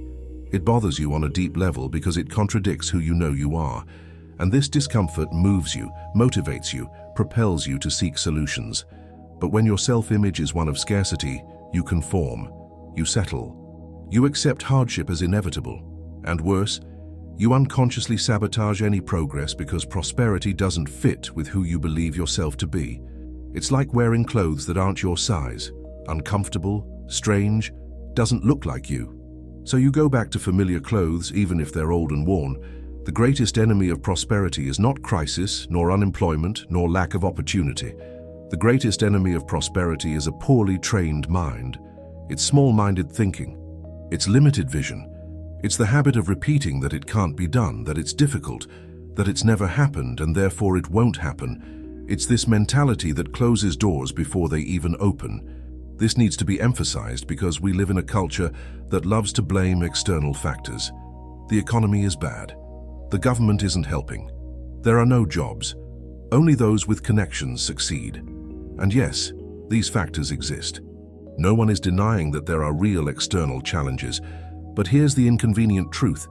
In the same bad economy, with the same government, with the same lack of jobs, some people are thriving. How? The difference isn't in the circumstances, it's in the mindset. It's in the vision. It's in the ability to see possibilities where others only see problems. It's in the willingness to try different paths while others repeat the same patterns expecting different results. It's in the courage to believe in something better, even when all external evidence suggests otherwise. A poorly trained mind is one that accepts limitations without questioning them, one that hears, "That's not possible," and simply believes it. One that sees someone successful and immediately assumes they were lucky, that they cheated, that they were born with a silver spoon in their mouth. One that interprets every failure as confirmation of incapacity instead of as valuable feedback. One that generalizes negative experiences. "I tried once and it didn't work, so it will never work." A well-trained mind does the opposite. It questions limitations. It hears, "That's not possible," and asks, "Why? And who has ever done something similar?" It sees someone successful and seeks to learn from that person. It interprets failures as information, not as identity. It uses negative experiences as specific data, not as universal truths. And here's something crucial. Training your mind isn't optional if you want to thrive. It's not an interesting add-on. It's not something extra that might help. It's fundamental. It's essential. It's the absolute starting point. Because you can have all the opportunities in the world, but if your mind isn't trained to recognize them, seize them, and sustain them, you will miss them. Every single one.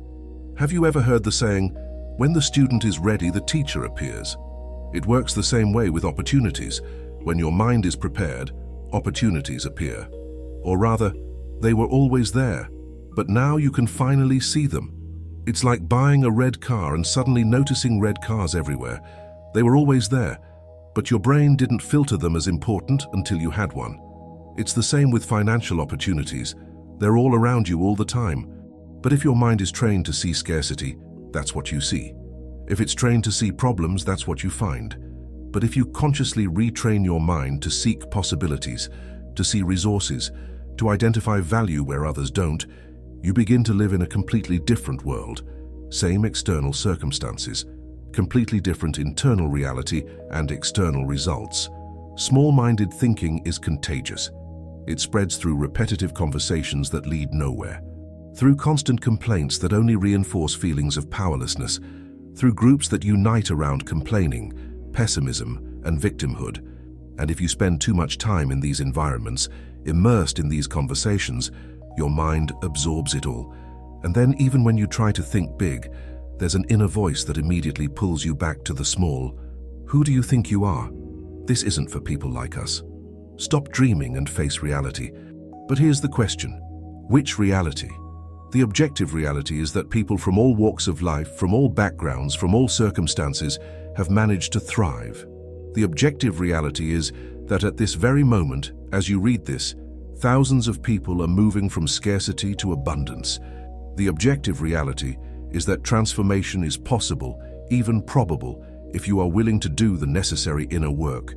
So when they say see reality, what they're really saying is see my limited interpretation of reality and accept it as universal truth. But you don't have to do that. You can choose a different interpretation, a more empowering one that puts you as the protagonist of your story, not as a victim of circumstances. And choosing this interpretation is not self-deception. It's not escaping reality. It's actively choosing which aspect of reality you will focus on. Because reality is multifaceted. It simultaneously contains problems and solutions, obstacles and opportunities, evidence of impossibility and examples of achievement. And you, consciously or not, choose which aspect will receive your attention, and that which receives your attention grows in your experience. Think of it like adjusting the focus of a camera. You can focus on the blurred background or the sharp object in the foreground. Both exist in the same scene. But depending on where you place the focus, your visual experience is completely different. It's the same with your mind. You can focus on the difficulties or the possibilities. Both exist, but whichever receives your focus dominates your experience and, eventually, your results. A limited perspective doesn't just come from negative thoughts, it also stems from a lack of exposure to greater possibilities. If you've never seen anyone close to you prosper, it's difficult to imagine it for yourself. If you only consume content about tragedies and problems, your vision of what's possible naturally becomes limited.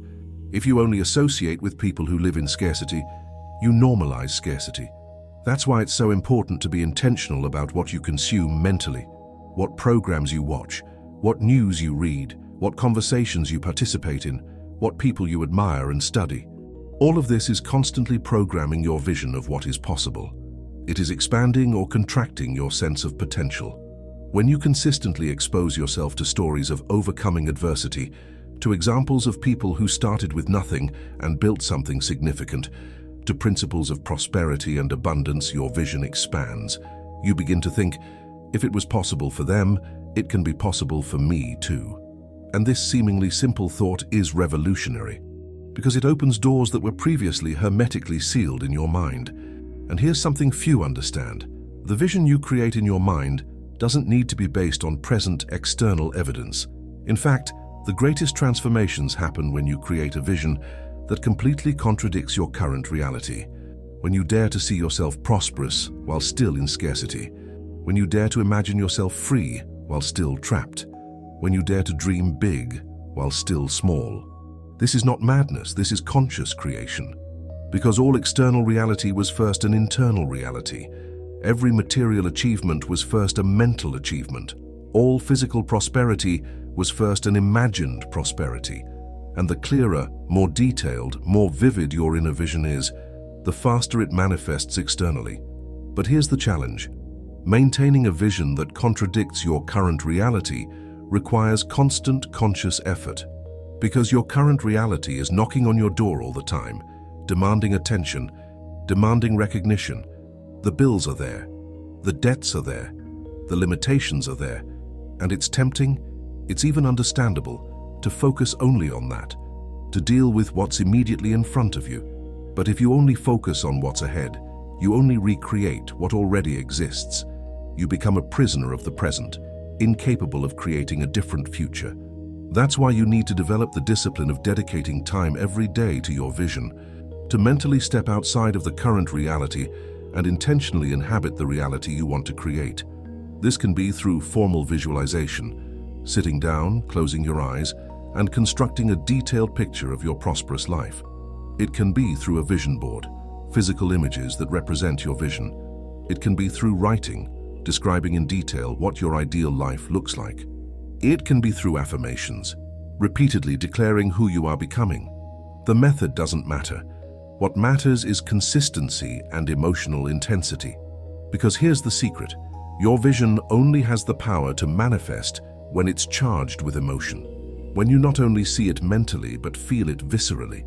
When it's not just a fleeting fantasy, but an alternate reality that you inhabit with all your senses. When you can feel the texture of the clothes you would wear, the smell of your ideal home, the sound of the conversations you would have, the taste of the food you would eat, the feeling of peace and security you would experience. The more real your vision becomes internally, the more magnetism it has to manifest externally, because you begin to vibrate at the frequency of that reality, and vibration attracts corresponding experiences. You begin to make decisions based on that vision, not on your current limitations. And different decisions create different results. For example, if your self-image is of someone who is successful, when an opportunity arises that requires investment in education, tools, networking, you don't automatically think, "I can't afford it." You think, "How can I make this happen?" You look for ways, you ask for help, you negotiate, you find creative solutions. Because in your vision, you are someone who invests in themselves, who finds ways, who makes things happen. But if your self-image is that of someone limited, the same opportunity is seen as impossible from the start. You don't even consider it. You don't even explore it. You immediately dismiss it because it's not for you. And so opportunity after opportunity is lost, not for lack of external resources, but for lack of internal vision. And this accumulates over time. A person with a broad vision seizes more opportunities, takes more calculated risks, learns faster, grows more consistently. And in 10 years, the difference between that person and another who started in the same place but maintained a limited vision is astronomical. Not because one was luckier, but because one cultivated an expansive vision while the other maintained a contractive one. The good news is that you can change your perspective at any time. It doesn't matter how many years you've lived with limited vision. It doesn't matter how many times you've tried and failed. It doesn't matter what you've been told about yourself or your possibilities. All of that is in the past. And the past doesn't determine the future unless you allow it. You can, starting now, deliberately build a new vision of yourself. A vision of someone prosperous, confident, capable, and deserving. And you can nurture that vision daily with coherent thoughts, elevated emotions, and aligned actions. And if you do this consistently, without giving up at the first obstacles, without backing down at the first fear, you will begin to see changes. First, subtle things, small synchronicities, minor opportunities. But if you recognize these small changes, if you celebrate them, if you are grateful for them, they begin to grow. And what was small becomes medium, and what was medium becomes large. Until one day you look around and realize your external reality has finally caught up with your inner vision. You have become what you dared to imagine when no one, not even you sometimes, believed it was possible. And when that happens, when you experience the materialization of your vision, something permanently changes within you. You understand in practice, not just in theory, that you have creative power. That your mind is not merely a passive spectator of reality, but an active architect of it. And with this understanding, you never again accept limitation as the end, because you know you can always create a new vision. and that every vision, when properly nurtured, eventually becomes reality. So the question isn't whether you can prosper. The question is, can you see yourself prosperous? Can you create and maintain an inner vision of abundance strong enough to survive external challenges? Can you believe in the invisible with enough conviction to make it visible? If the answer is yes, then prosperity is not a matter of if, but of when, because everything you need is already within you, just waiting for you to have the courage to see it first and then live what you've seen. We now arrive at a central point, often overlooked by those who wish to prosper. Wealth dislikes clutter. This applies to the physical environment, thoughts, emotions, and especially how you manage your daily life. The mind needs clarity to function powerfully. When there is clutter, excessive mental noise, unresolved doubts, postponed decisions, and harbored resentments, your power to create with your mind weakens. Therefore, one of the most effective ways to prepare your mind for wealth is by cultivating organization, both internal and external. Mental organization begins with awareness. You need to know where your attention is focused. You need to honestly observe where you spend your energy. Is it on complaining? On anger? On distractions that only prevent you from growing? How much time per day do you dedicate to thinking constructively about your financial life? And how much time do you spend feeding the idea that it's difficult, unfair, or impossible to change? The answer to these questions already shows where your mind is focusing, and where the focus is, there is creation. Many people want to get rich, but their minds are too occupied with things that don't help at all. They are full of useless thoughts, criticisms, comparisons, distractions, regrets from the past, or worries about what hasn't even happened yet. This is not just a waste of time, it's energy sabotage, because even without realizing it, you are teaching your mind to function in a pattern of chaos. And where there is chaos, there is no room for prosperity to flow. The space you need to create to host wealth requires space. It requires direction. It requires order. This doesn't mean your life has to be perfect for you to prosper. It means you need to be willing to organize what you can. Start with the basics. Clean your living space. Get rid of what you don't use. Donate what you no longer need. Create physical space. This sends a clear signal to your mind. I'm ready for the new. It may seem silly, but it's not. Your external environment is a direct reflection of your internal environment. If your house is full of old broken things that you haven't used in years, but insist on keeping because you might need them someday, your mind is receiving a clear message. I keep them because I'm afraid of running out. I accumulate them because I don't trust that there will be more. And this message reinforces exactly the scarcity mindset you are trying to overcome. On the other hand, when you declutter, when you give away, when you create physical space, you are telling your mind, I trust. I know there is abundance. I don't need to cling to the old for fear of the new not coming.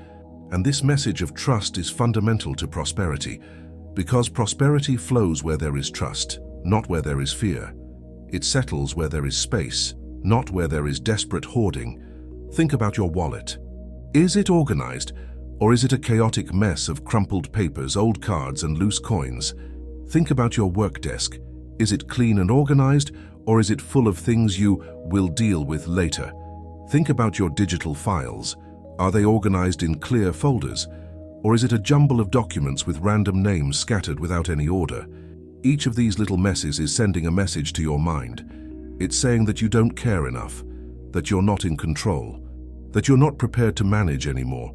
And the mind, always obedient, responds by keeping you exactly at that level. Because if you can't organize what you have, why would you receive more? If you don't take good care of the little you have, why would you deserve the much?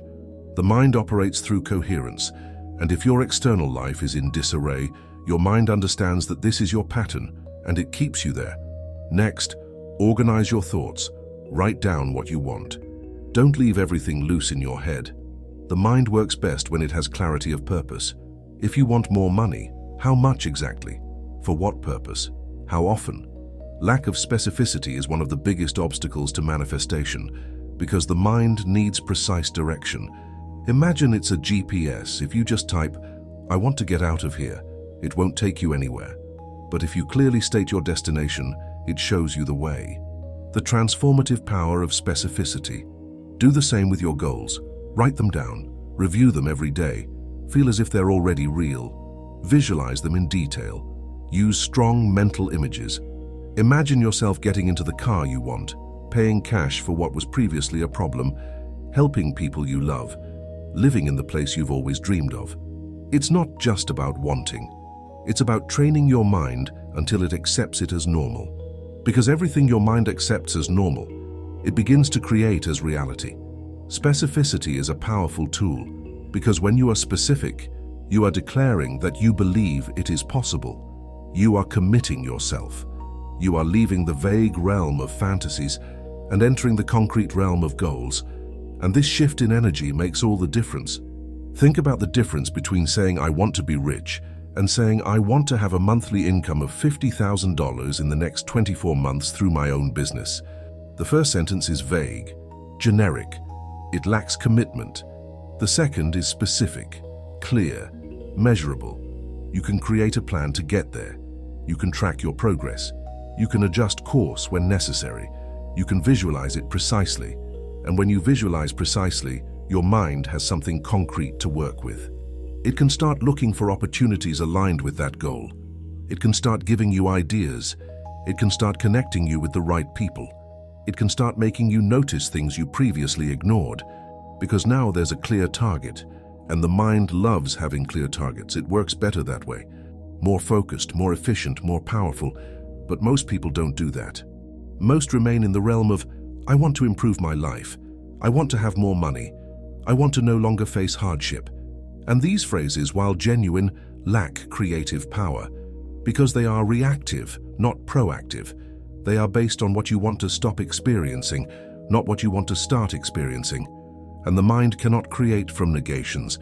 It needs affirmations, it needs positive images, it needs clear directions. Often, what's holding back your financial life isn't a lack of ability. It's a lack of clarity. You say you want to change, but you don't even know exactly what you want. Or when you do know, you don't allow yourself to feel that it's possible. This keeps the mind in a cycle of doubt. And doubt is the biggest brake on mental creation. A doubting mind goes in circles. It doesn't decide. It doesn't act. It doesn't create. Doubt is insidious. It doesn't arrive in an obvious way saying you won't succeed. It's more subtle. It appears as, is this realistic? Am I dreaming too big? Do I really deserve this? And each of these questions, when not answered firmly, weakens your resolve. It dilutes your focus. It disperses your energy. Therefore, you need to start replacing doubts with decisions, even small ones, even those that seem insignificant. Every clear decision releases energy. It makes the mind move forward. When you decide that you will prosper, even without knowing all the details of how, something inside you adjusts, and reality begins to cooperate with that decision. The invisible geometry of decisions. Think about how you feel when you're undecided about something. You get stuck, anxious, consumed by that issue. Your energy gets trapped there, spinning in circles, unable to move on to anything else. Now think about how you feel when you finally make a decision. Even if it's not the perfect decision, you feel relief, lightness, movement. Your energy is released. You can move forward. That's why decision-making is so important. Not because you'll always be right, but because decision-making creates movement.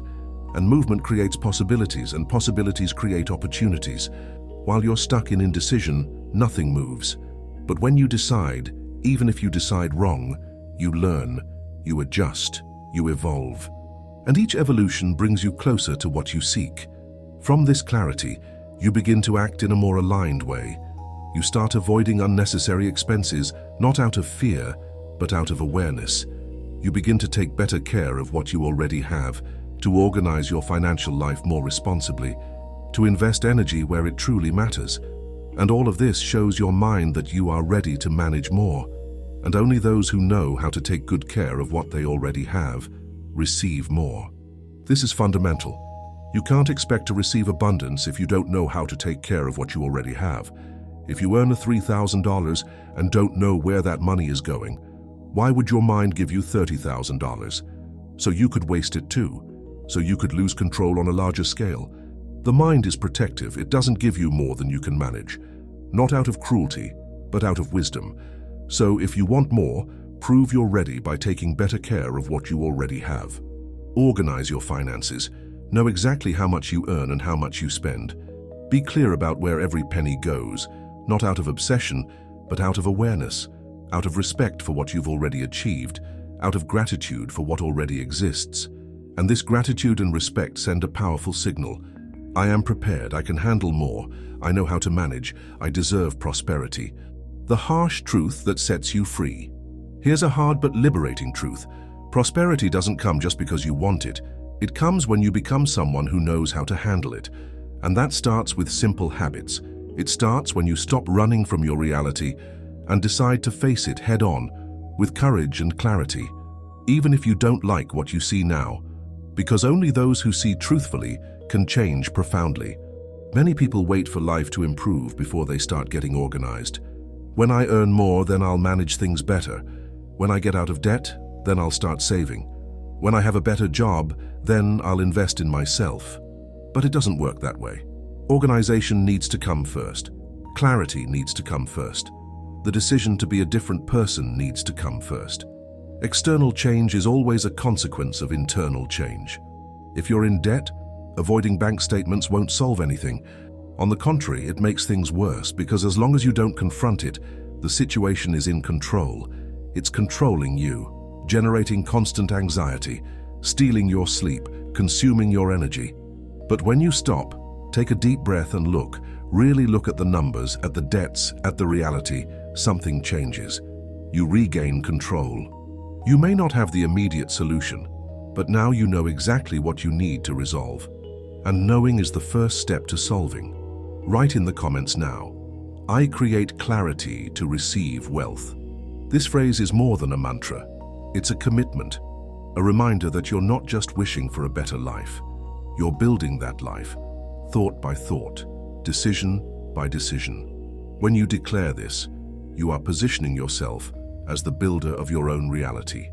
Not as a victim waiting for something external to change, not as a dreamer waiting for a miracle, but as a conscious architect of your life, someone who understands that clarity is power, that organization is creation, that decision is movement, and that all of this together forms the foundation upon which prosperity is built, the rhythm that sustains transformation. And here's another essential point.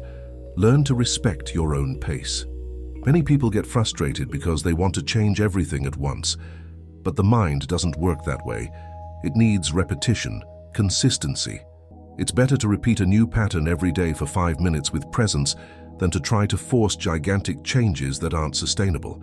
This is one of the biggest pitfalls in the transformation process. People want immediate results. They want radical changes. They want to wake up tomorrow as completely different people. And when that doesn't happen, because it can't happen, they get frustrated. They feel like failures, and they give up. But real transformation doesn't happen through dramatic explosions.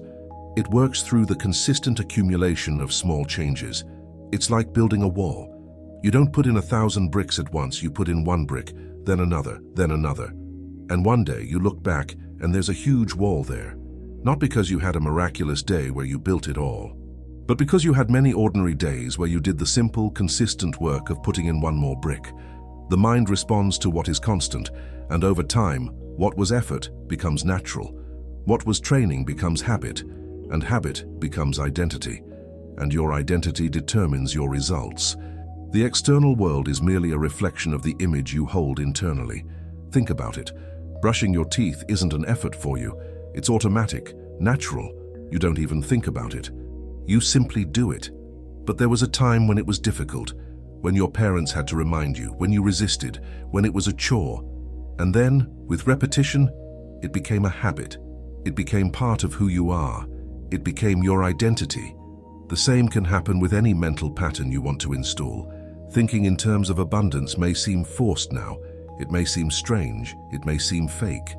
But if you repeat it every day with presence, with intention, with consistency, a day will come when it will be natural, when it will be automatic, when it will simply be who you are. Therefore, at this very moment, You are living what your mind considers consistent with who you are. Do you want to change that? Start by changing your internal image. Start by changing the phrases you repeat. Start by changing how you talk about yourself, how you treat yourself, how you handle money. There is no other way. There are no shortcuts. The game-changing decision of your life. If you want a prosperous life, you need to start living like someone who is already on that path. This means clarity, awareness, order, and a mind trained to think big. Not big in the sense of arrogance, but big in the sense of breadth, vision, and possibility. Because the mind that sees big creates big. Living like someone who is already on the right path doesn't mean pretending to have what you don't have. It doesn't mean spending what you can't afford. It doesn't mean creating a false facade. It means adopting the habits, attitudes, and mindset of someone who thrives. It means taking care of what you have as a prosperous person would. It means making decisions as a prosperous person would. It means valuing yourself as a prosperous person values themselves. And here's the secret. When you start acting like someone who is prosperous, even if the external results haven't yet arrived, something fundamental happens. You start to feel different, to see yourself differently, to treat yourself differently. And this change in self-perception is what truly transforms everything. Because you're no longer waiting for prosperity to feel deserving. You're feeling deserving and therefore attracting prosperity. It's a complete reversal of logic. Most people think, when I'm rich, I'll feel confident. But the truth is, when I feel confident, I'll become rich.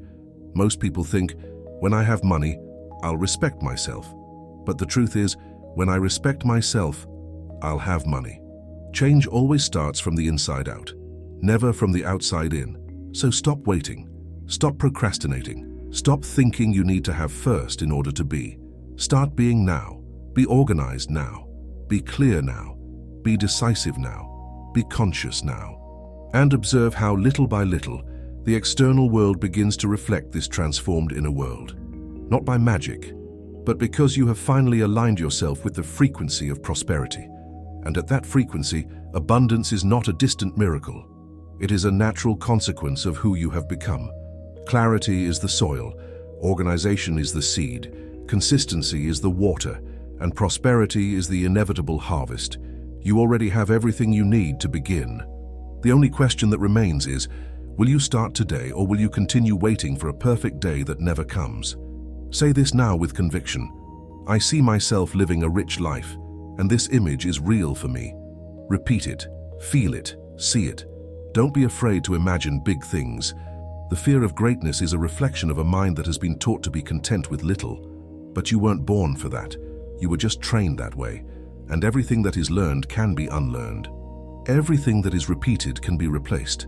Stop right now and do this.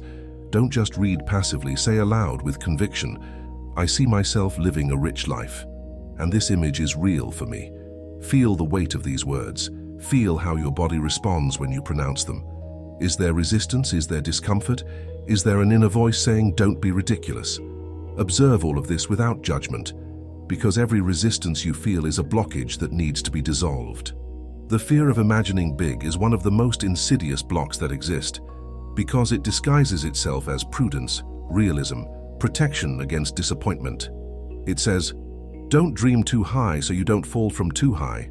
Sounds sensible, doesn't it? But it's a trap, because when you limit your dreams to avoid disappointment, you also limit your possibilities. You build a low ceiling for your life and then wonder why you feel suffocated. This fear was implanted. You weren't born with it. Observe a small child. They want to be an astronaut, president, superhero, all at the same time. They have no sense of limitation. They believe that everything is possible. But then the messages begin. Be realistic. That's not for people like us. Stop living in a dream world. You need to have your feet on the ground. And little by little, the child learns to dream small. They learn that it's safer to want less. They learn that ambition is dangerous, arrogant, and doomed to failure. But here's the liberating truth. All of this has been taught. And what has been taught can be untrained. You are not trapped by the conditioning you received. You can consciously choose to unlearn limitations and relearn possibilities. You can choose to undo the scarcity programming and install a new abundance programming. It's not quick. It's not easy, but it is absolutely possible. And it starts with exactly what you're doing right now, declaring a new truth. I see myself living a rich life. And that image is real for me. The more you repeat this, the more your brain begins to accept it as possible. At first, it sounds false. It sounds like a lie you're telling yourself. But repetition with emotion creates familiarity. And familiarity creates acceptance, and acceptance creates seeking, and seeking creates manifestation. The question you need to ask yourself every day is, what kind of life am I constantly visualizing? Because that's the life you're building, even without realizing it. If your mind is constantly occupied with worries, tragedies, difficulties, negative news, toxic comparisons, that's the image that's being reinforced.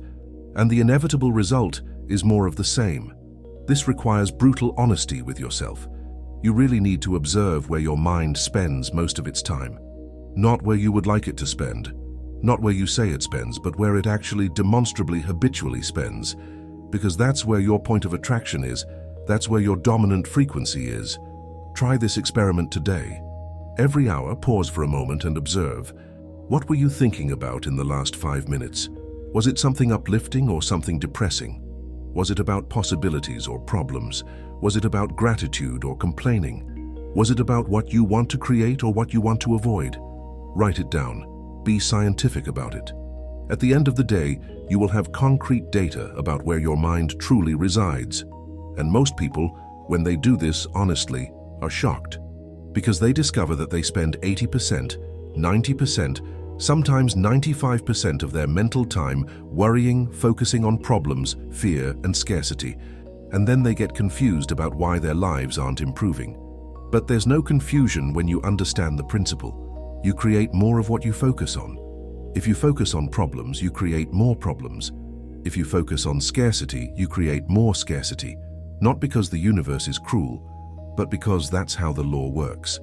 But if you decide to change the content you consume, the conversations you engage in, the thoughts you repeat, and start replacing all of that with messages of abundance, with inspiring stories, with prosperous ideas, with positive affirmations, your mind begins to change.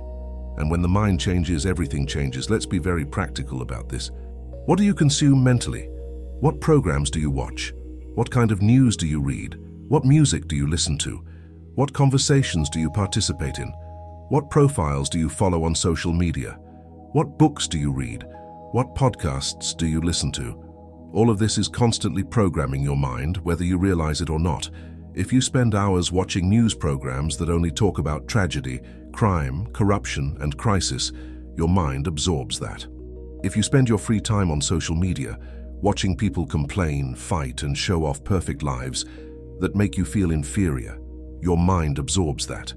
If you participate in conversations where people only talk about problems, how difficult everything is, how lucky so-and-so is but you have no chance, your mind absorbs that. And you might say, but I know it's just entertainment, or I know it's not true, or I'm just getting informed. But your subconscious doesn't know that. It doesn't distinguish between real and watched. It just absorbs, it just records. It just uses it as a database to understand how the world works. And then it replicates that understanding in your life.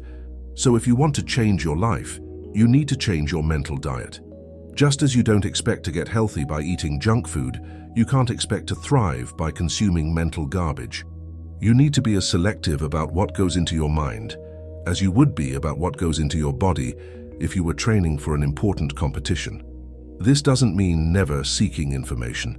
It doesn't mean living in a bubble of toxic positivity, ignoring difficult realities. It means being intentional. It means consuming information consciously, not compulsively. It means balance. For every negative news story you consume 3 inspiring stories. For every conversation about a problem, seek out a conversation about a solution.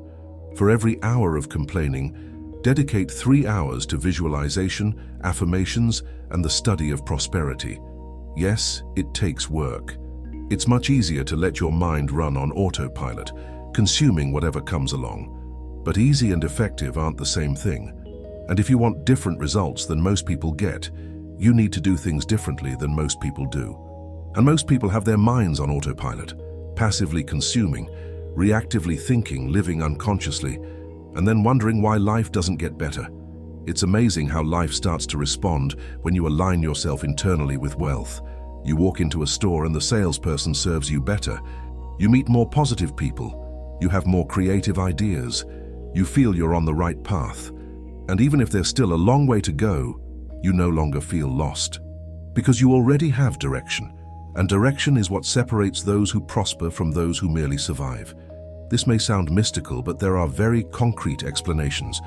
When you align yourself internally with wealth, several things happen simultaneously. First, your body language changes. You walk differently, you speak differently. You look people in the eye. You have a confident posture, and people respond to this unconsciously.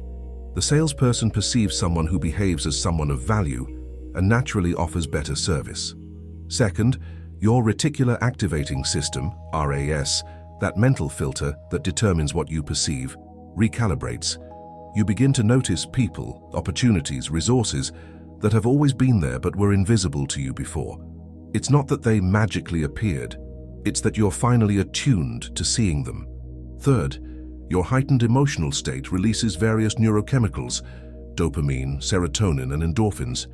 You become more creative, more open, and more willing to try new things. Ideas that were previously blocked by fear and anxiety now flow freely. Solutions that were once impossible to see are now obvious. Fourth, you emit a different vibration. And yes, this is scientifically measurable. Different emotions create different electromagnetic fields in the body. And although subtle, these fields are perceived by other people on an unconscious level. You attract people who resonate with your new frequency and naturally move away from, or are moved away from, people who resonate with the old frequency. All of this together creates what seems like luck or synchronicity, but it's not. It's alignment. It's you finally operating at the frequency that allows good things to flow to you. And the longer you maintain this alignment, the stronger it becomes, the more natural it feels, the more results it produces. You need to understand one thing: money is not a reward. It's a consequence. And the consequence is born from what you cultivate every day in the invisible realm. The way you think, how you react, how you behave in the face of small choices, all of this builds your vibrational field. And this field is what determines how much you attract, how much you retain, and how much you expand. This shift in perspective is crucial. When you see money as a reward, you adopt a waiting posture, a posture of entitlement, of, I did everything right, where is my reward? You become resentful when the money doesn't come. You feel wronged. You blame the universe, fate, God, for not giving you what you deserve. But when you understand money as a consequence, everything changes. Consequence is the natural result of specific causes. Plant tomatoes, harvest tomatoes. Plant a scarcity mindset, harvest a scarcity experience. Plant an abundance mindset, harvest an abundance experience. It's impersonal, it's automatic, it's a law, and that gives you tremendous power. Because it means you're not at the mercy of capricious external forces. You're in control of the causes. You can consciously, deliberately plant different causes to reap different consequences. It may not be quick. It may require patience while the seeds germinate, but it's certain. It's predictable. It's reliable. So the question isn't, why isn't the money coming? The question is, what causes am I planting daily? Am I planting thoughts of possibility or limitation? Am I planting gratitude or complaint? Am I planting a vision of abundance or a vision of scarcity? Am I planting inspired action or procrastination based on fear? The answers to these questions tell you exactly what consequences you will reap. And here's something important. Everything counts. It's not just the big choices, it's the small choices you make hundreds of times a day. How you react when you see a bill. What you think when you see someone driving a luxury car. What you say when someone asks how you are. How you treat the person serving you at the supermarket. How you organize or don't organize your space. How you take care of or don't take care of your body. All of this is constantly emitting signals. It is constantly creating its vibrational field, and this field is like a radio station broadcasting 24/7. And the universe, like a giant receiver, is constantly picking up its signal and sending back experiences that correspond to it. If you don't see yourself being treated well, earning well, living well, dressing well, eating well, traveling well, helping others freely, then there are still blockages to be removed. And that's okay. The important thing is to realize it. It's about committing to the cleansing process. And that starts with small actions. Blockages aren't solid and permanent. They're like clouds. They seem dense, but they're made of air. And they can be dissolved. The first step is identifying them, and you identify them by your inability to visualize them clearly. If you try to imagine yourself in a situation of abundance and immediately feel discomfort, guilt, disbelief, fear, you've encountered a blockage. Don't fight it. Don't try to force it. Just observe. Interesting. When I try to imagine myself earning $50,000 a month, I feel guilty. Where does that come from? Investigate with curiosity, not judgment. Usually you'll find a belief implanted in childhood. Money doesn't bring happiness. Rich people are thieves.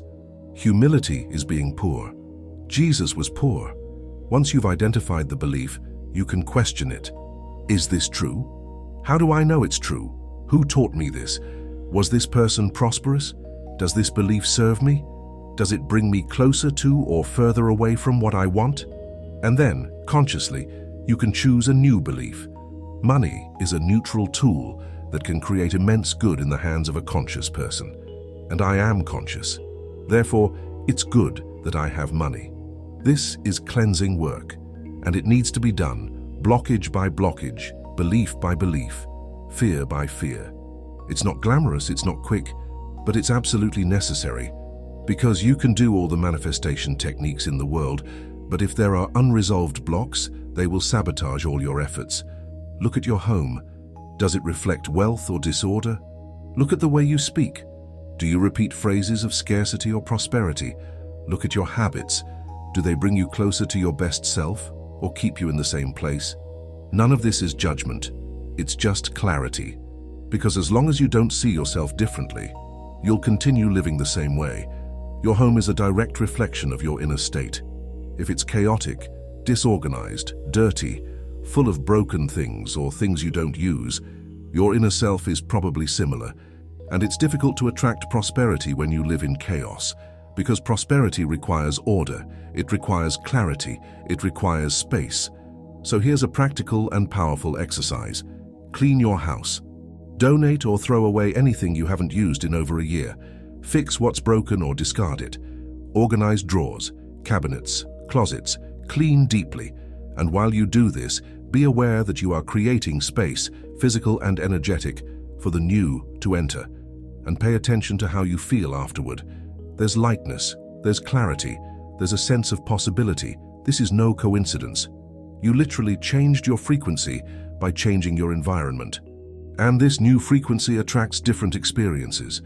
Your way of speaking is another powerful indicator. Record yourself for a day, or ask someone to write down your most common phrases. You'll be shocked. I'm broke. I can't afford it. Everything is expensive. Only lucky people succeed. I'll never succeed. It's too difficult. The government doesn't help. The country is bankrupt. Each of these phrases is an affirmation, a declaration, a decree. And the universe responds to all of them with a yes. You say, I'm broke, and the universe says, yes, you are.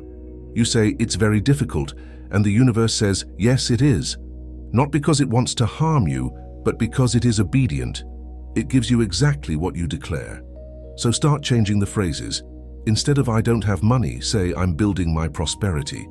Instead of everything is expensive, say I know I can attract the resources for what really matters. Instead of I'll never succeed, say I'm finding the way. Sounds silly. Try it for 30 days and observe the results.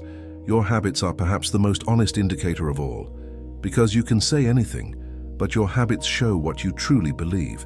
If you say you want to prosper but spend hours a day on social media, consuming useless content, there's inconsistency. If you say you want to grow but don't invest time in learning, there's inconsistency. If you say you want to change but maintain the same behaviors, there's inconsistency. And inconsistency is like friction. It slows everything down. You step on the accelerator and the brake at the same time, and then complain that the car isn't moving. So look honestly, Are your daily habits bringing you closer to or further away from the person you want to become? And if they are pushing you away, what are you willing to change? Start acting like someone who respects themselves, who values what they have, who organizes what little they have, who is grateful for what comes their way, who takes care of their body, mind, and environment, who speaks with intention, who distances themselves from what diminishes them, who draws closer to what elevates them. This attitude changes everything, because it is consistent with wealth, and money loves consistency. Self-respect is the foundation of everything. If you don't respect yourself, why would the universe respect you abundantly? If you mistreat your body with bad food, a sedentary lifestyle, and lack of sleep, you are saying, "I don't care about myself." If you tolerate toxic relationships, negative environments, and degrading situations, you are saying, "I'm not worth more than this." And the universe, being a perfect mirror, reflects back more situations where you are not respected, not valued, not recognized, not out of cruelty, but by correspondence. You treat yourself a certain way, the universe treats you the same way. But when you start respecting yourself, eating well, sleeping well, exercising, dressing with dignity even if the clothes are simple, keeping your space clean, speaking well of yourself, setting boundaries, saying no to what doesn't serve you, you send a different message. You say, "I matter, I have value, I deserve respect."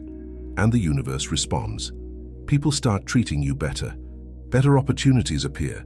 You feel different, you act differently, you attract different people. Everything changes because you changed first. Appreciating what you have, even if it's little, is a demonstration of spiritual maturity. It's you saying, "I recognize the flow, however small it may be at the moment." And recognition attracts amplification. Disdain attracts dissipation. It's a universal law. Organizing the little things is preparation for the big ones. If you can't organize 500 riés, how will you organize 50,000? The universe tests you with the small things before entrusting you with the big ones, so treat every penny with respect, attention, and organization. Know exactly what you have, what you owe, and where your money is going. This clarity is magnetic for attracting more money. Being grateful for what you receive every time creates a loop of gratitude. You give thanks. The universe senses your appreciation. Sends more, you give thanks again, more comes. It's a virtuous, self-reinforcing cycle. But if you receive without giving thanks, if you treat each receipt as finally or, "but it's not enough," you break the cycle, and the flow diminishes. Taking care of your body is honoring the temple that houses your consciousness. It's recognizing that you are an integrated being, mind, body, spirit, and that all aspects need attention. A well-cared-for body has more energy. More energy means more action means more results mean more money. It's all connected. Speaking with intention means recognizing that words have power, that you are constantly creating with your speech. So you choose words that build, that uplift, that open up possibilities. You stop speaking automatically and start speaking consciously. This completely changes your reality because you stop reinforcing limitations and start affirming possibilities. Moving away from what diminishes you and closer to what elevates you may require difficult changes. It may mean reducing contact with certain people. It may mean stopping frequenting certain places. It may mean saying no to invitations, offers, and opportunities that are not aligned with your new identity. But every no to what diminishes you is a yes to what elevates you. And you only have so much time, so much energy. Use it wisely. Say this now. My mind is prepared to see wealth within myself and around me. And this phrase, spoken truthfully, begins to dissolve the filters of scarcity, those that make you look at your reality and only see problems. You begin to see solutions, you begin to see possibilities where before you only saw walls. You begin to connect with ideas, people, and movements that pull you upward. Say this now aloud with conviction. My mind is prepared to see wealth within me and around me. Feel each word. My mind, your instrument of creation, is prepared, present tense, not future, to see, the act of perception, wealth, abundance in all forms. Within me, recognizing your inner wealth, and around me, recognizing outer abundance. This is actively reprogramming your perception system. You are literally instructing your brain to seek evidence of wealth instead of evidence of scarcity. And your brain, being obedient, will do exactly that. It will start showing you what was previously invisible. You will notice resources that have always been available. You will identify talents within yourself that were dormant. You will perceive opportunities in ordinary situations. You will find beauty and abundance in places where you previously only saw ugliness and lack. Not because reality has changed, but because your filter of perception has changed. And this shift in perception changes everything, because you act based on what you perceive, not on what objectively exists. If you perceive scarcity, you act with fear, contraction, defensiveness.